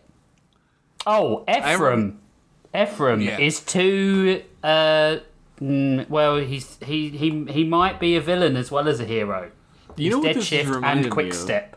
What's that? I don't know if you know this or not, but there was a Thunderbolts run that had Speed Demon in it. Mm-hmm. And I fucking love Speed Demon. He was like an asshole member of the superhero team where he was like redeeming himself, and then at night he was putting on his old wizard costume and robbing banks. Oh, wow. No, I haven't read that. But Yeah, and the fact that it's also a speedster, I was like, God damn, that's wild coincidence. Did the wizard piss a lot? Is that why they call He it? wears a yellow costume too. To hide the piss, yeah. All right, so here we go. Walter Ego Part 5. Trade in places, minus Eddie Murphy, although maybe Dan Aykroyd shows up. Spoilers, he doesn't. Damn. Title? Yep. Excited. You are late, Herr Deadlift, Dr. Snakeface said, lounging on the park bench, his attention drifting to Ephraim as soon as he arrived. Ephraim noticed that Dr. Snakeface was wearing the same get-up he always did, a long black leather mac, a roll-neck jumper, and a hat to cover his bad, black, swept-over toupee. It was less Good thing I masked. know what a hat is, so I know at least one thing he's Yeah, wearing. thank God. Someone's finally writing something I understand. It was less master criminal and more park flasher smuggling several eels. An odd disguise for the height of summer, but Snakeface had a lot to hide. Firstly, he was a man made up entirely of a mass of snakes. And secondly, Like a Medusa? Yeah, Like no, he's swarm. just a swarm of snakes. He's like a knot of snakes. Like Swarm from fucking Marvel. He's just made of bees. This guy's just made of snakes. It's like a rat king, but essentially of snakes. That's sick. And secondly, that same mass of snakes was inhabited by the soul of Adolf Hitler. Whoa! He is like Swarm. Holy shit! No way. Though he didn't want anyone to know that. Yes, I said no more Robo-Hitler, but I never said anything about Snake Hitler, did I? Go back and prove I did. You see? Game, set, and match, Rich Masters. It's the burden's on the state. The burden's on the state. That's all Got I'm you, saying. dumbasses. What are you gonna do now? No more Fucking- Robo-Hitlers. Looking conspicuous there, man, Ephraim said as he sat down. Aren't you uncomfortable in all that leather in this heat? Snakeface's face of snakes contorted into a grimace. As you well know, I am made of snakes and we like the heat. For a second, neither of them spoke, the pair watching as a couple went past. The Super League of Supervillainy and DMV insisted on holding secret meetings in public places because Omega believed nobody paid attention to conversations happening in plain sight. Annoyingly, he was usually right. Omega is displeased, Snakeface finally said. That's kind of like his default setting though, isn't it? He is more displeased than usual. Did somebody mention the annual villain budget again? Snakeface shuddered. He melted 3 accountants yesterday, Ephraim. They were reading from the slides. Then they died as they lived, man. Fucking uselessly. Fuck you, accountant. Snakeface nodded solemnly. These delays have gone on too long, Dead Shift. For someone who is faster than light, you are surprisingly slow at getting the job done. Ephraim stirred. My powers don't work like that, and you know it. If I reveal who I am at the wrong moment, all of this collapses. This intricate system I have. Gone. Inconsequential. Omega wants certainty. One of the snakes making up his left cheek hissed, and another immediately bit it. The two disappeared into a brief knot of internal violence. Jesus. About whether Walt Browning is Pinnacle, Ephraim pulled the face his mother used to pull when he brought home some dumbass friend from school who would sink his IQ 10 points through proximity osmosis. Don't throw Jeff under the bus like this. Well, when you're right, you're right. I thought we solved this, man. Even somnambulist is certain Walt isn't Pinnacle. Then why does his blood work show that he is? Snakeface smiled at Ephraim's shocked face. He hadn't even told Omega yet. I have my little spies too. And eugenics is something of a passion of mine. Oh, no. God, he is Snake Hitler. I forgot. For a second. Here it comes. Ephraim smirked. No kidding, mine furiously attentive supervillain, Snakeface coughed. Like, he doesn't want to be called Mein Fuhrer anymore. You're right. Pinnacle shot out of orbit faster than Trump leaves a conference when his depends get a little too heavy. Maybe he knows something is wrong too. The point is, Omega believes something has changed. Meaning he no longer trusts your assumptions. Ephraim remained silent as Snakeface leaned forward. Either Walter Browning is Pinnacle, he's not, or Walter Browning is somehow more important than Pinnacle. That really seems unlikely. Those are the only two. That's it. One or the other. That seems unlikely. The guy can't tie shoelaces without passing gas. He's hardly the bastion of heroism. And yet, here we are. Snakeface spread his hands as the snakes collectively shrugged. It was unsettling, like watching spaghetti express annoyance. All right, what's the plan then? Ephraim asked. Snakeface smiled, horrifying on a face composed entirely of serpents. Mount Rushmore. Ephraim blinked. What do you mean, Mount Rushmore? We are threatening Mount Rushmore. What? Why? Because heroes cannot resist national monuments. It has the giant faces, even the Rocky Dennis-looking one, Snakeface explained. If the... Which one's the Rocky Dennis? I can't remember. I don't know. I don't even know who's on them. Lincoln? No, it's the one on the end. It's Washington. It's got to be Washington. It's the one on the end that sort of like looks like it's been tacked on. Lincoln's on the end and Washington's on the end. Wait a minute. Here we go. Mount Rushmore. Honestly, I don't think anyone in America would care if you blew up Mount Rushmore. It's the one that's slightly set back, the third one, with the moustache. Roosevelt. Teddy Roosevelt. There you go, yeah. Roosevelt. If we threaten the bank, they would send, I don't know, Captain Abacus. I remember Rocky Dennis having a mustache, too. He's grown up. Hard to miss. If we threaten a bank, they would send, I don't know, Captain Abacus and an intern or some shizer. Threaten giant stone faces, and suddenly every hero in North America develops an emotional attachment to geology. Ephraim looked down as one of Snakeface's snakes started eating a squirrel. Snakeface casually stuffed it back into his coat, abashed. The United Heroes will deploy in force. And then what? Snakeface's smile returned. You take Browning. Alive, naturally. We cannot get answers from dead men. Well, not since Luigi Ouija board got put in that Supermax in February. Oh my god. Was he made out of a Ouija board? No, I don't understand. He could just talk to the dead. Okay, that's... He might come back, who knows? Omega wants answers. Snakeface lowered his voice. Omega has prepared Facility 9. The underwater one, 9. The volcano one, 9. The one disguised as a laser tag center. Snakeface paused. That narrows it down surprisingly little. Ephraim sighed. We have too many secret bases. We really do. Can you have too many secret bases? I don't know. If you're getting confused about them, probably. Yeah, if you're showing up to the wrong one, yeah. Snakeface paused as a jogger passed them. Early 30s, red baseball cap and headphones. Didn't look at them once. Ephraim barely noticed as the jogger continued around the path. You seem very reluctant, Ephraim, Snakeface said suddenly.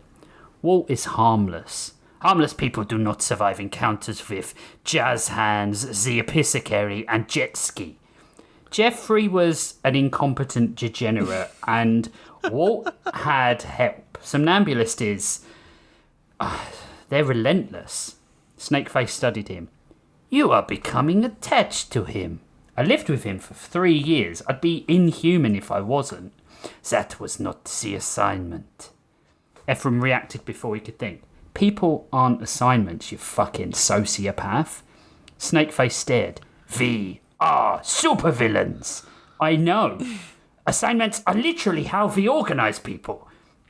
I'm aware, man. There's a color-coded document, the human spreadsheet put together. Enough, man. You worry. The human spreadsheet. You worry too much. Snakeface laughed. And you do not worry enough. Not true. I worry about whatever caused you to grow a suspicious fascination with 20th century German military aesthetics. The entire cluster of snakes grows. What? Oh, nothing. Don't worry. No, what was that? Okay, look, your coat. What about it? Very specific black leather. Very period. Yeah. It is vintage. Yeah. Many normal people dress this way. Sure thing, man. Yeah, whatever. You are implying something. I'm not implying anything. Good. Because that would be ridiculous. Exactly. Not as ridiculous as thinking you're secretly inhabited by the soul of... Do not finish that sentence!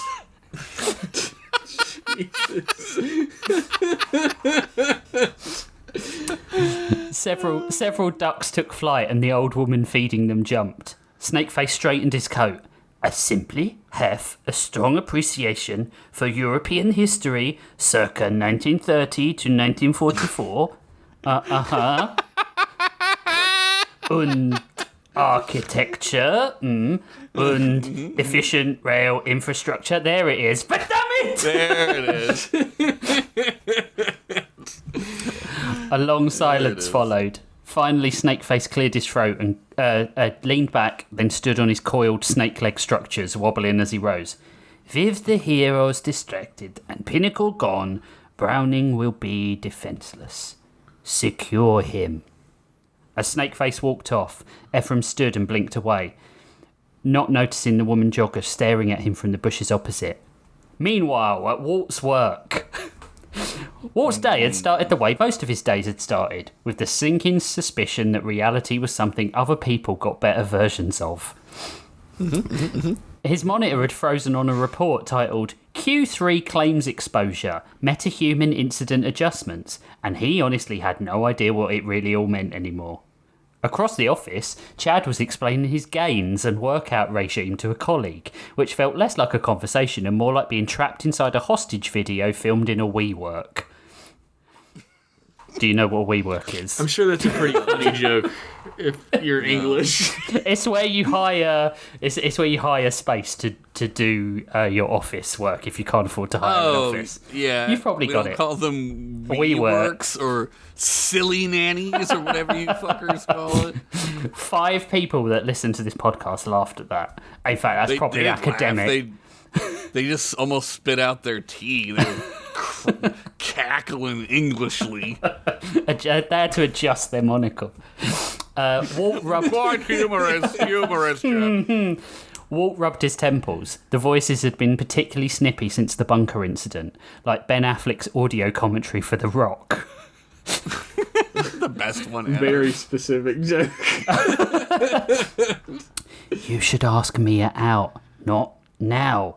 Why not? Look at her. Functional, emotionally stable, only a mild aura of unresolved trauma and patheticness. That's exactly your type. I don't have a type. Yes, you do. Women who will eventually discover you're a massive liability.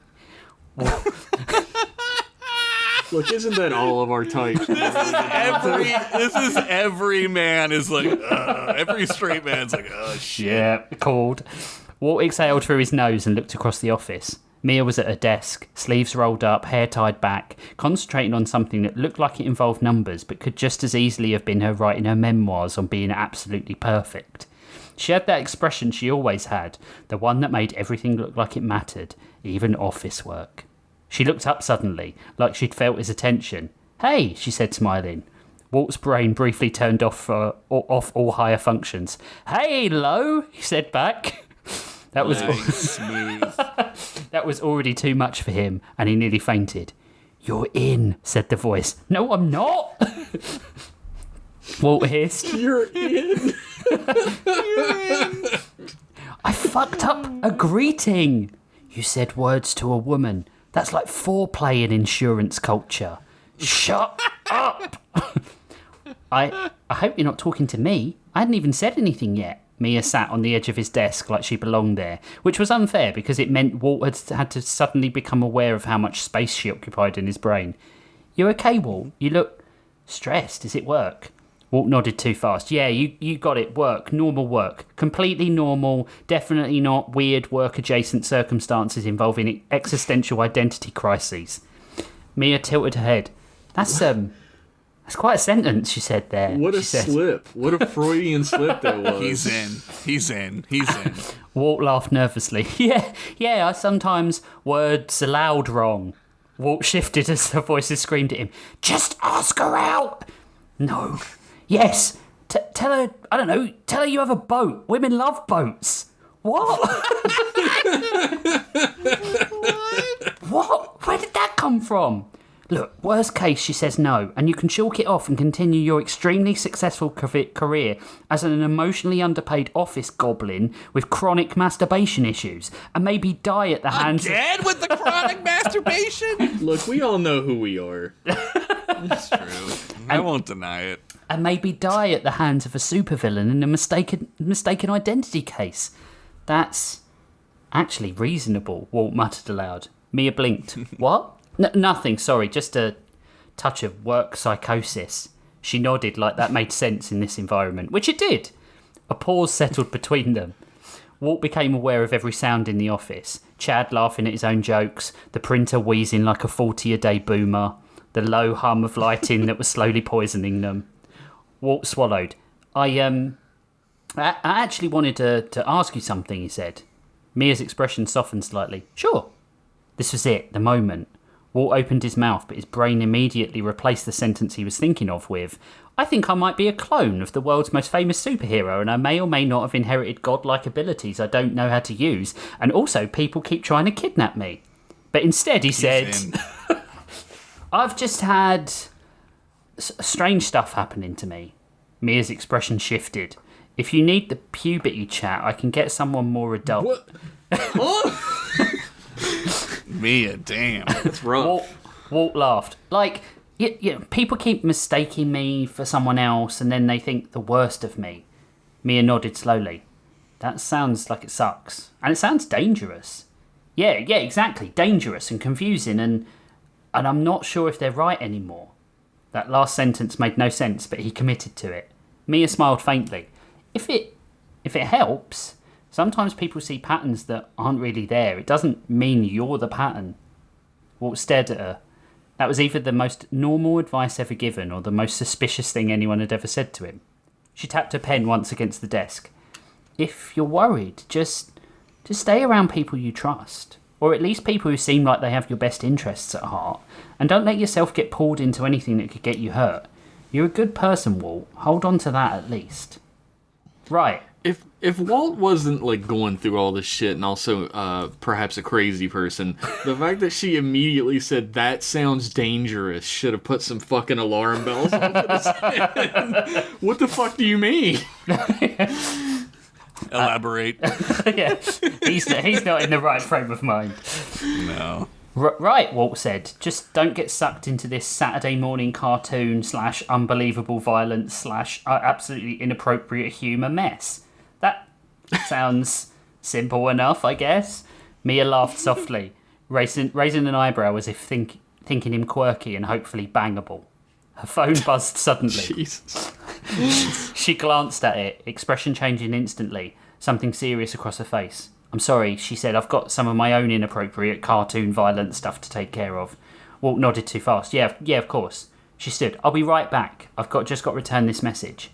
As she walked away, Walt immediately regretted every decision that had led him to this moment. Ask her out. Tell the truth. Walt stood up slightly. Mia, can I? She stopped. This was it, the moment, the fork in reality where his life either improved or remained the opening to his eventual suicide note. Hey, no pressure. Jesus. He froze. Buy her a boat. Can I buy you a boat? She raised an eyebrow.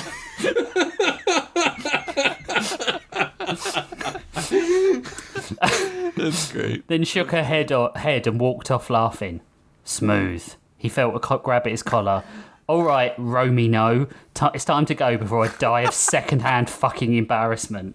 Walt turned to find misconduct standing there like an advert for cheap across-the-border steroids. What are you doing? Walt said before noticing how swole she was. Oh, Jesus, are you all right? You look like an overinflated 80s sex doll of Jabba the Hutt. Whoa. I can't even imagine a worse insult. That's rough. Don't, she wheezed, her bad business suit disguise holding on for dear life. I walked past a pro-life demonstration attended by 90% white men on the way here, and I nearly Jackson Pollocked right there on the fucking pavement. She took a deep breath and started to reduce in size. Omega has put a retrieval order out on you. We need to get you somewhere safe. I can't. I'm in the middle of... Walt looked around, but Mia was nowhere to be found. Yes, this all does look very important, Walt. She grabbed him by the collar and started frog-marching him to the exit. I ain't asking. Chad was approaching, holding some papers he had collected from the printer. He took one look at the buff baddie builder in front of him, and his mouth moistened faster than a Kardashian who's figured out a new way to exploit young brainless idiots. What a sentence. Man, fuck those spoonheads. Sweet muscle mama, he whispered in his best Johnny Bravo. Johnny Bravo! Misconduct grimaced and flexed, and a button shot off her waistcoat so fast it knocked Chad out cold.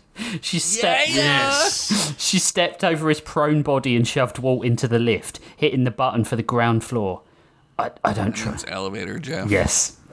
I don't trust myself with the weight limit. I'll see you in the lobby, she grumbled. I hate this job, he called after her. You don't work for us, she called back. That's even worse, Walt said as the doors closed.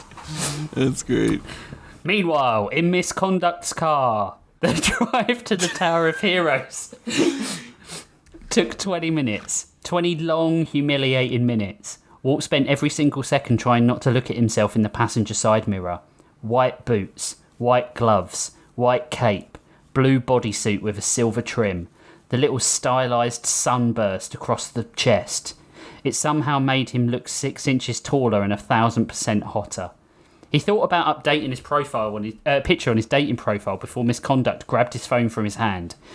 I look ridiculous, he whined, like an underfunded toothpaste mascot. 9 out of 10 dentists agree I look like a fucking twat.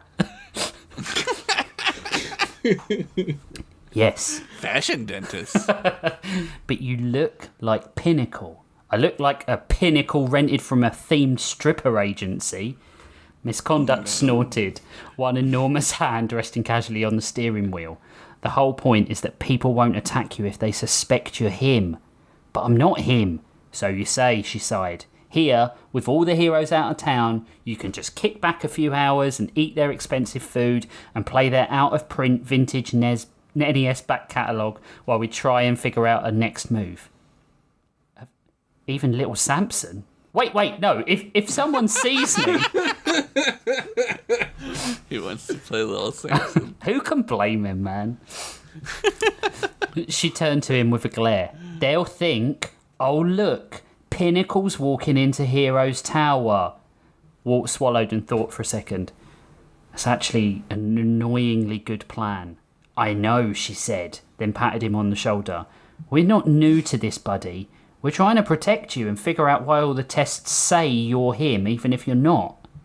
She pulled up beneath the tower, even after everything Walt had been dragged into over the last few weeks. Seeing it up close made him stare. The tower wasn't merely tall. It looked like someone had asked an architect to design big and then gave them unlimited cocaine. Architect fuel, they call it. Yep, that's what they call it.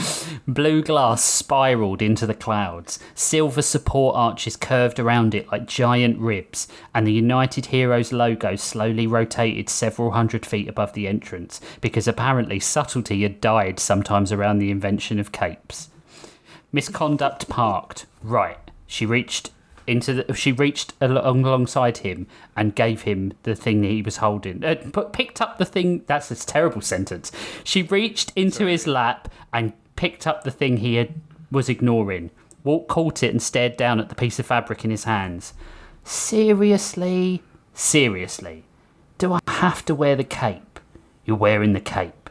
It has its own little magnetic clasp. It's awesome. It's an expensive replica, Walt. They embroidered peas into the collar and everything.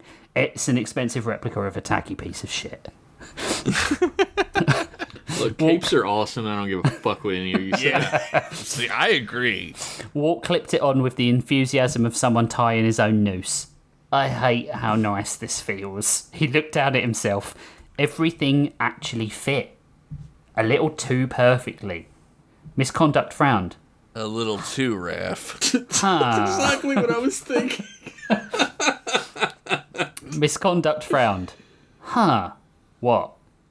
I honestly thought it might need taking in. I figured you'd have the traditional office worker physique of an amorphous blob squeezed into a polyester tie.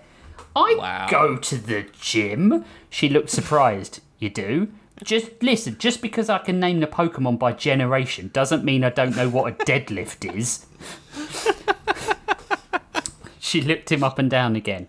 I apologise. I wrongly assumed only your right forearm got regular exercise.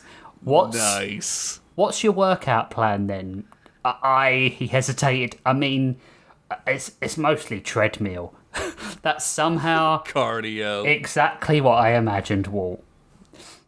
Normally, the tower bustled with heroes, reporters and tourists, but today, nothing. No fly-in heroes, no teleportation arrivals, no children asking for autographs, no villains pretending to be tourists, just silence. Walt looked around to find Misconduct hurriedly driving away and entered the building.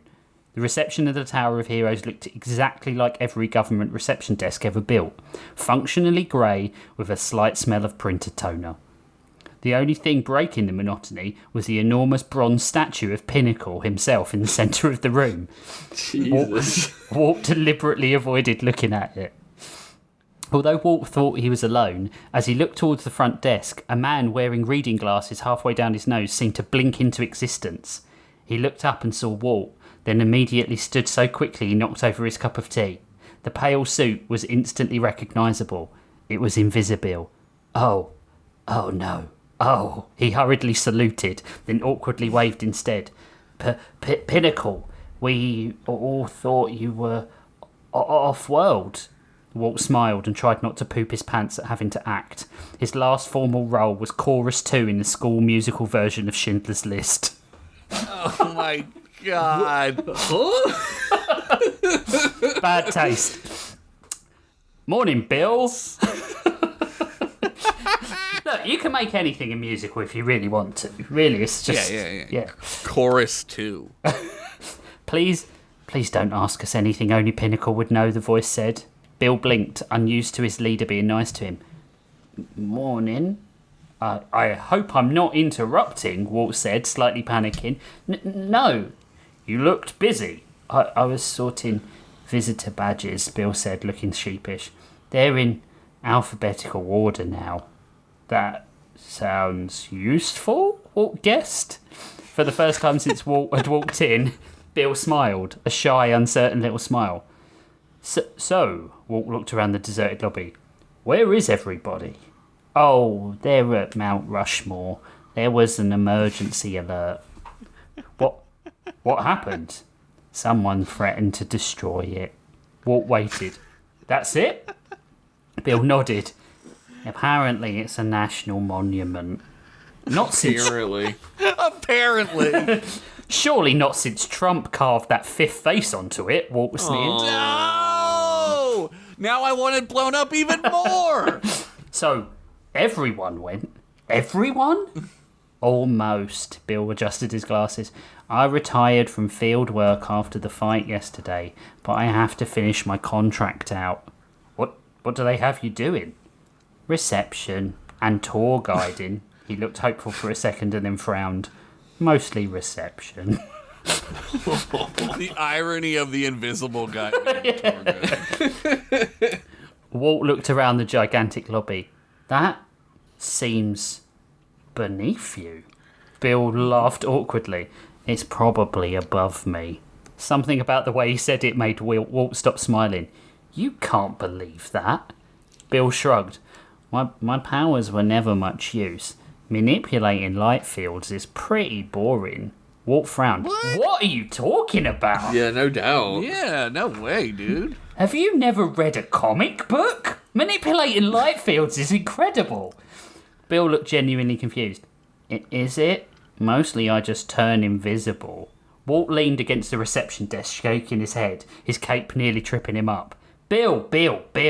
If I could control light, I'd spend my weekends getting in places for free, or, at least making racists lose their car keys. Bill blinked. What do you mean? You could blind, entire armies. You could create illusions. You could redirect lasers, project holograms and force fields. You could perform micro-optics, be a deep space or undersea explorer with better chances than billionaires in a PS2 controlled submarine. Your powers are cool as shit, dude. Bill froze and looked down at his hands. I suppose. I bet the press started calling you Invisible, and eventually you started believing invisibility was the only thing you could do. Walt put a hand on Bill's shoulder and looked him in the eye. It isn't. Bill didn't answer. But after a long silence, he quietly said, "No, nobody's ever put it like that." Walt smiled. "I think you've been undersold, my friend." Bill laughed, a proper laugh this time. "Thank you, Pinnacle. I always thought you didn't like me." "Well, I can be a self-aggrandizing dickhead sometimes. You see this suit? It screams. It screams, look at me and not at my sexual inadequacy." Wow. I love this fucking nice fucking Homelander they got now. That's so nice. Bill laughed, then shuffled his feet. I've actually been thinking about what comes next after superheroism. I like the idea of working in a museum. Maybe you could give tours, like you do here, Walt suggested. Bill immediately paled. Oh no. I'm terrible with people. But you're speaking to me. I've been internally screaming since you walked in, Bill said. Me too, Bill. Bill frowned at him. Really? Oh, absolutely. I assumed you never got nervous. Walt laughed. Bill, I spent 3 minutes in a work meeting once trying to remember the word door. You did. Door? You did? I think I called it the wall opening. Bill laughed so hard. Not wrong. It's not wrong. It's the same thing. It's the same shit. Yeah. Bill laughed so hard he had to take his glasses off. When he'd recovered, Walt nodded towards the lifts. So, fancy giving me the practice tour? Bill looked horrified. But you're... He lowered his voice. You're Pinnacle. I'm also someone with 2 ears and a promise not to leave a bad review. Walt smiled. He liked this guy. Bill hesitated, then returned Walt's smile. He liked this Pinnacle. All right. By the time they reached the weapons vault, Bill had almost completely overcome his crippling shyness. Glass cabinets stretched out for what felt like miles. This is the gravity spoon, said Bill, pointing to a spoon on the floor in the centre of the room. What? So, Bill, what does it do? Nobody knows. Then why keep it?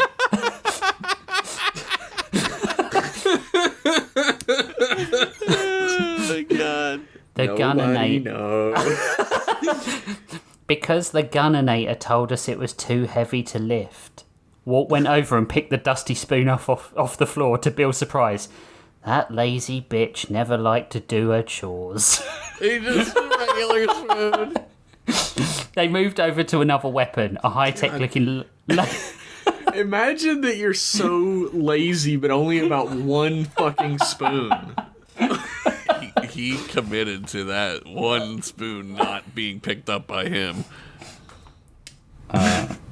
Well, sorry, where was I? They moved over to another weapon, a high-tech looking laser pistol, its handle emblazoned with a lion roaring a cannon out of its mouth. That's one of the pistols of the Dukes of Lead, when one of them came to our reality in a hilarious crossover episode. Maybe someone should have written that one down. It was so funny. Definitely funnier than this anecdote. I love this. I love this so much. You should have been there. Should have been there. It was your fault. Walt nodded and moved to the next case. This is the chainsaw of justice, Bill declared. Is it magical? No, it's just a chainsaw with justice written on the side. Suddenly, the entire building shook, a deafening explosion tearing through the lobby. Alarms screamed into life and Bill's smile vanished instantly. I think that was the front entrance. Smoke rolled down the corridor, and as the 2 men fought their way back to the lobby, downstairs, twisted steel crashed across the marble floor. 2 figures stepped through the wreckage, one man surrounded by a terrifying flock of birds, and the other was in full Georgian regalia, neck ruff, ball gown, white makeup. She was staring furiously at a crumpled blueprint. Caw! I told you Dead Shift was supposed to disable the security in this ghastly eyesore. Caw! The man said. The birdman moved feathers away from his mouth. He said he'd meet us here. Oh no, Bill muttered. It's Flock and Baroness Biceps. Well, he bloody hasn't, has he? The Baroness screeched. The boss is gonna liquefy someone. Caw! Probably us. Definitely us, you fool. Flock looked up, his eyes widening as he settled on Walt. Oh, fucking bird shit. Pinnacle's home.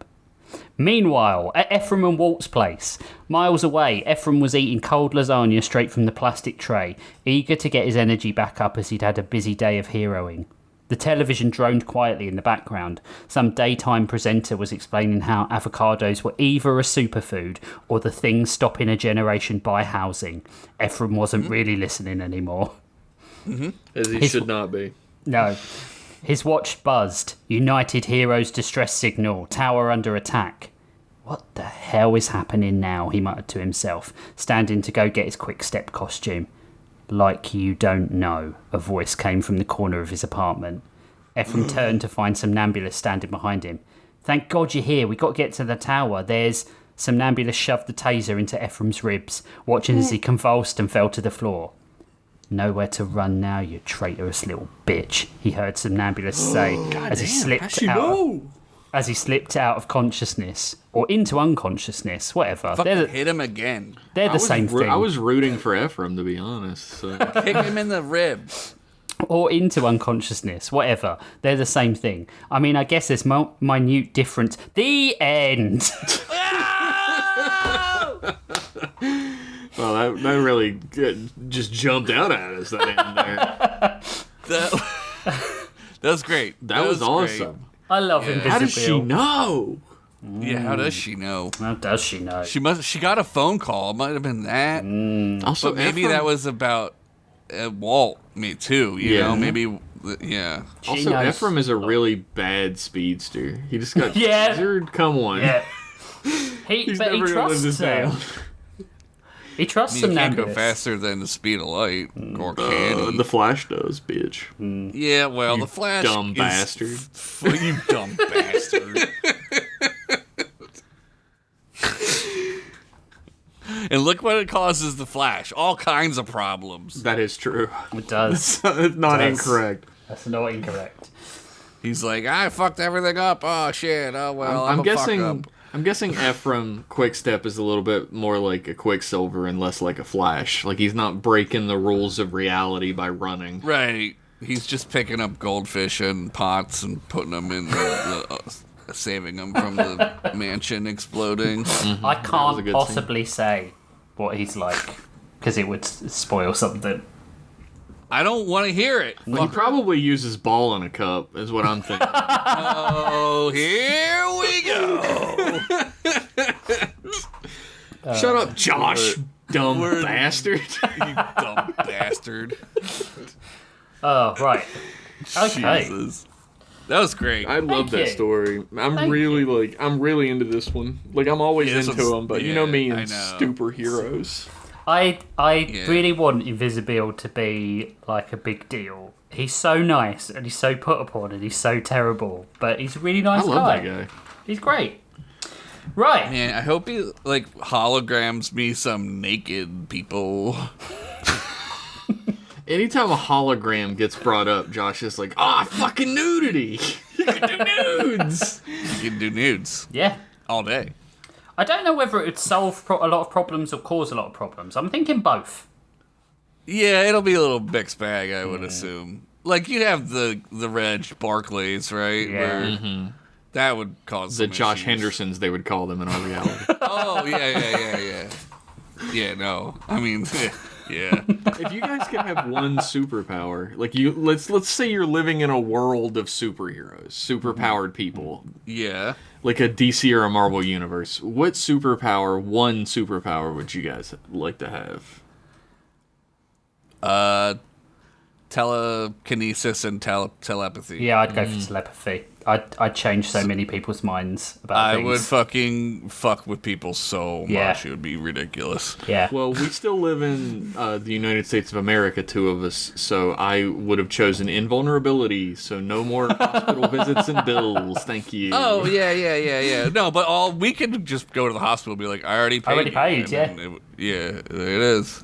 I mean, you better be thorough with that shit, is all I'm saying. Oh, I'm thorough. Yeah. I don't think you know how thorough I am. So you're gonna be villains, is what I'm hearing.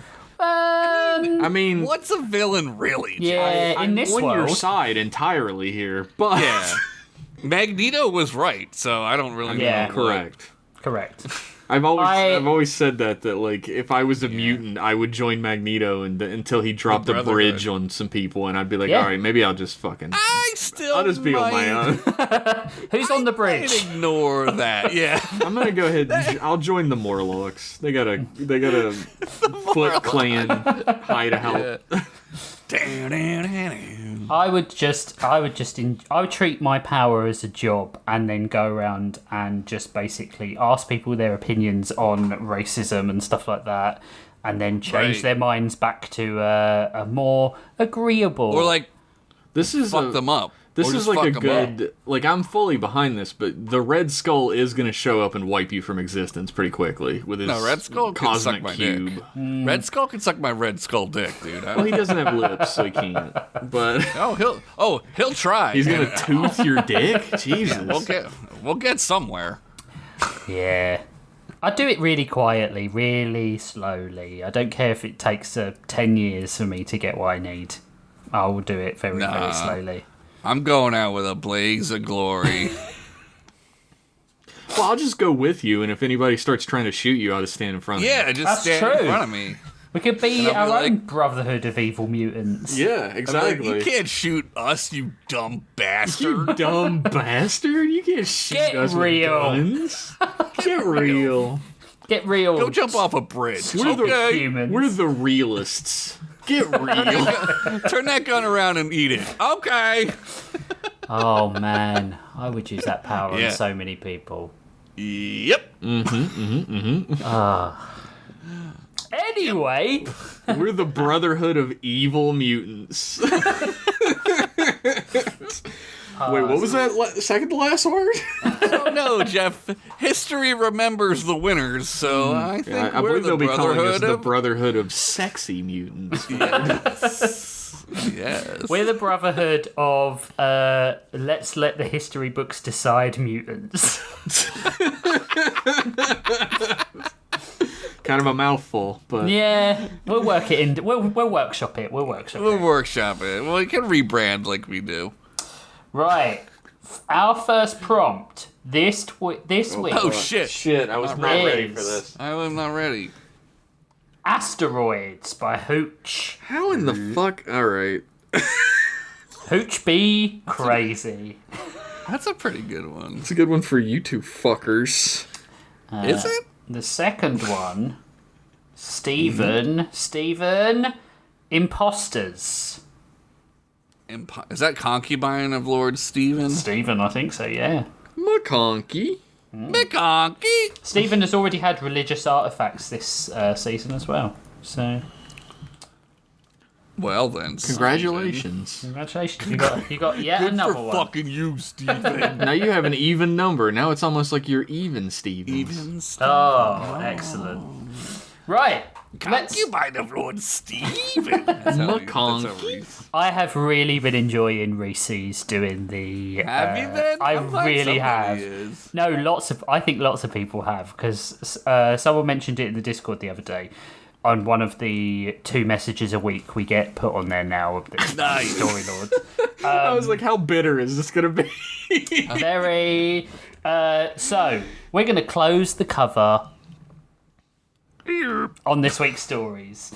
I've already done the prompt generator because I is that Mario going through the keyhole? No, that's the like iris out at the end of a cartoon. Yeah. Ah, okay. I got it. If you want to support the show, we are hemorrhaging members at the moment. Yeah, patrons. we really are.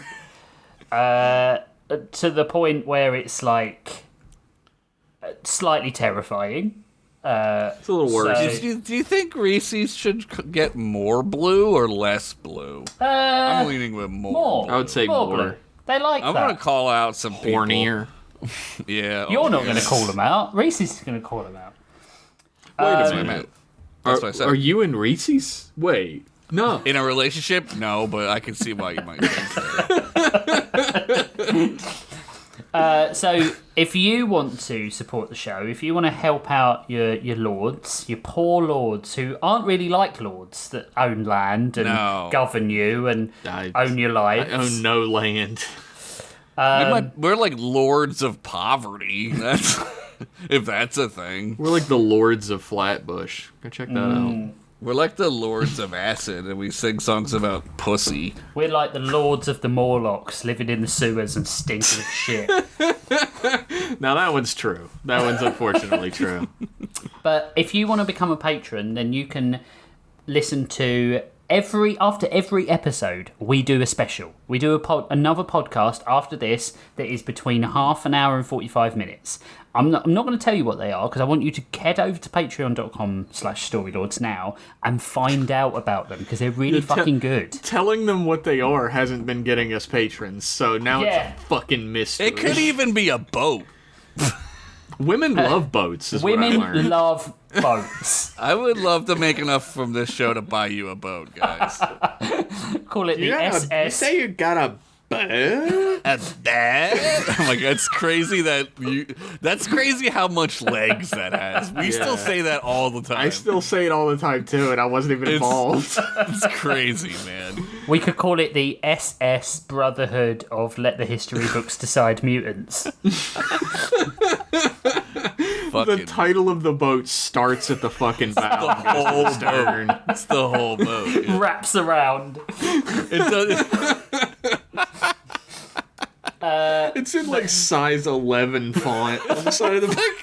With tiny. With a boat name that good, you really want everyone to know what the name is. Yeah. Like, and you want people to circle your boat and be like nodding at you at the end of it, like, yeah, man, that's a great name. That's a fucking sick name, yeah. USS Captain Stabbin', right? Yep. I don't know what that is, but Rich does. Somebody told me the name once. I don't really know. Yeah, I don't know what it is. If you want to re-listen to the show, then go and listen to it on YouTube. Like, comment, subscribe, all that stuff. They're all on there now, and they get updated when our show goes out.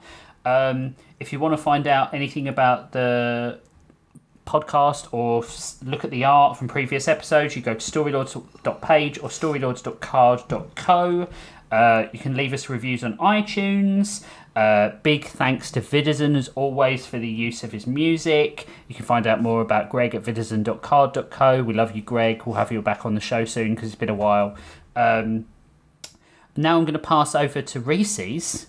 Great. Here we go. All right. Tagging you in, buddy. Make us proud. Your compliment made me want to do this even less. Okay. I think you suck a big fat one. That might be a compliment as well, actually. Just read the fucking names, you filthy degenerate. I'm going to kill you. Are you doing it live? Jeez. Slowly. Right, so next we have a lot of YouTube comments. Ooh. On our last episode, X's and Dynamite. Our top comment is from Jovial Bob with a picture of R.L. Stein. It's definitely him. This is, damn, these stories are better than mine. I know it. I knew it was him. Squid Ludwig says, like the return of the lawnmowers, we are so back. Chewy, we're home. Every season has brought something different to the table, but this season all three writers are doing excellent character work. Rich is making Marvel and DC look bad, as while they struggle to create new character, Rich introduces like 5 to 10 every episode. Yeah, that's each true. with fun performances, along with episode-ending twists and cliffhangers that keep me yelling at my phone. Sometimes in the middle of a sentence, there's a cliffhanger. Gyarados had a strong ending last season, so I was worried where this season would go, but I had nothing to worry about, as Josh has not only returned to classic Gyarados form, but also manages to do episodic drama with these beloved characters that feel like a comfort blanket, but one that has a sticky spot that you really hope is from spilled soda. Yep, that's what it is. White soda. Whatever, it's warm. Flip it over and ignore the stink like I did when I was with your mom last night. Holy shit! It's Mountain Dew, but it's like when you mount someone. That's sort of mounting.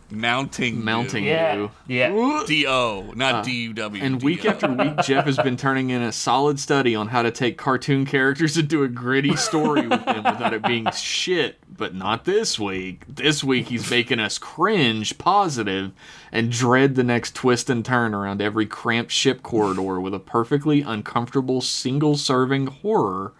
One of his strengths, and always a delight, had me gripping my sticky blanket the whole time.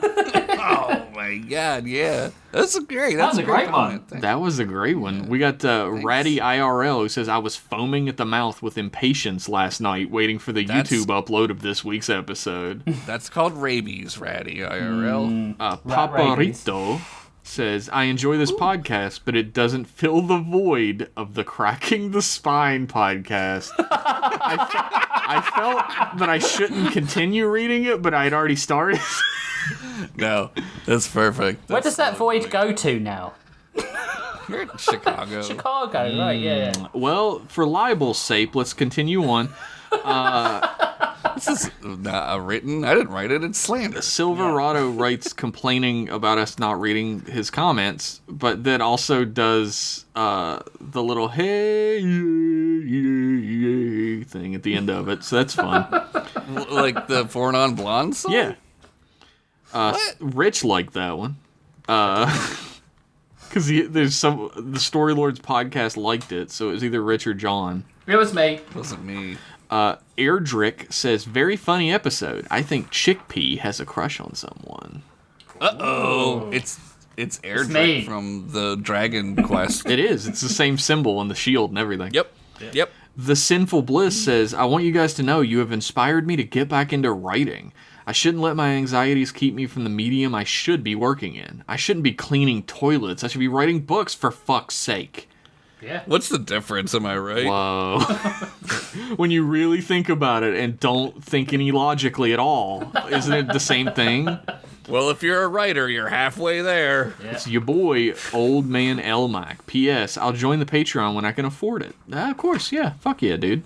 All right, Al Mac, you're off the list, off of Reese's list. We got Gremlin Eye Elf, who says... Great name. Great. Who says, Jeff, that story was enthralling with just enough to leave me wanting more, but knowing if I did, it'd ruin it. Great fucking job. Woohoo! Rich, I'm loving... Yeah, thank you so fucking much, by the way. Rich, I'm loving this world of goofy-ass superheroes that somehow keep the world going, which is beyond my comprehension, because they're silly, silly guys. They are silly. If you really think about it, what keeps the real world going? Silly, you don't silly guys. Inertia. Silly, but... and straight up inertia. Josh, as always, you're fucking hilarious, and I want to kiss you on your smooch mouth like an all-star. Dope-ass episode. P.S. More goth baddies, please, Josh. Oh, right, the not Boris. Ace Wizard says, Story Lords, there's a bomb strapped to my chest, and it's going to explode unless you read my comment. And Story Lords podcast responds, I'm a hero. I didn't respond to that, so that must be... I'm guessing that's John. That's John. John or Chris, yeah. A huge shout out to John and Chris for taking care of the YouTube. That's great. That's really cool. I'm glad we get comments on the YouTube. Glad we get comments fucking somewhere, right, Rich? You can put them on the Discord if you join. Then you go. Yeah. You could yell into a vacuum if you join the Discord. Oh, that reminds me. I have to vacuum my carpet. That wasn't a joke. I really need to do that. By carpet, he means his fucking merkin. Dude, you can't vacuum a high-priced piece like that. You gotta fucking tumble dry. Dry clean only. Dry clean only. Yeah. Imagine whipping out your merkin at the dry cleaners. I got a guy. He knows what's up. He knows what he's got into. Right. Thank you for those YouTube comments. Thank you, Jeff, for reading them out. Hey, no problem. We'd like thank you, everybody. more of Those those. were really please. cool comments. Right. Next week, asteroids and imposters. I got that the right way round for once because I actually wrote it down this week. That was amazing. Self I'm so impressed, dude. growth. I I have literally just got a text message telling me I have just become an uncle. Whoa! Congratulations. Unky Rich. Yeah, my wife's brother and his wife have just had a baby. Congrats. Evan is very excited about that as well. Welcome to unclehood. I've been doing this shit forever. Yeah, I wonder if unclehood is...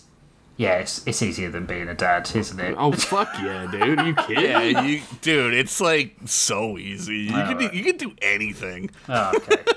Okay. They'll fix it if you've damaged them. They'll fix it. That's their problem. Right, so we're off to record an episode of a podcast you can only get if you can become a patron at patreon.com/storylords. Yeah, so we're not going to tell you what it is or what it's about, No. and not because we don't know yet. No. Yeah, no, Absolutely no. not. We're not going to do that at all. Right, bye! Bye. Thank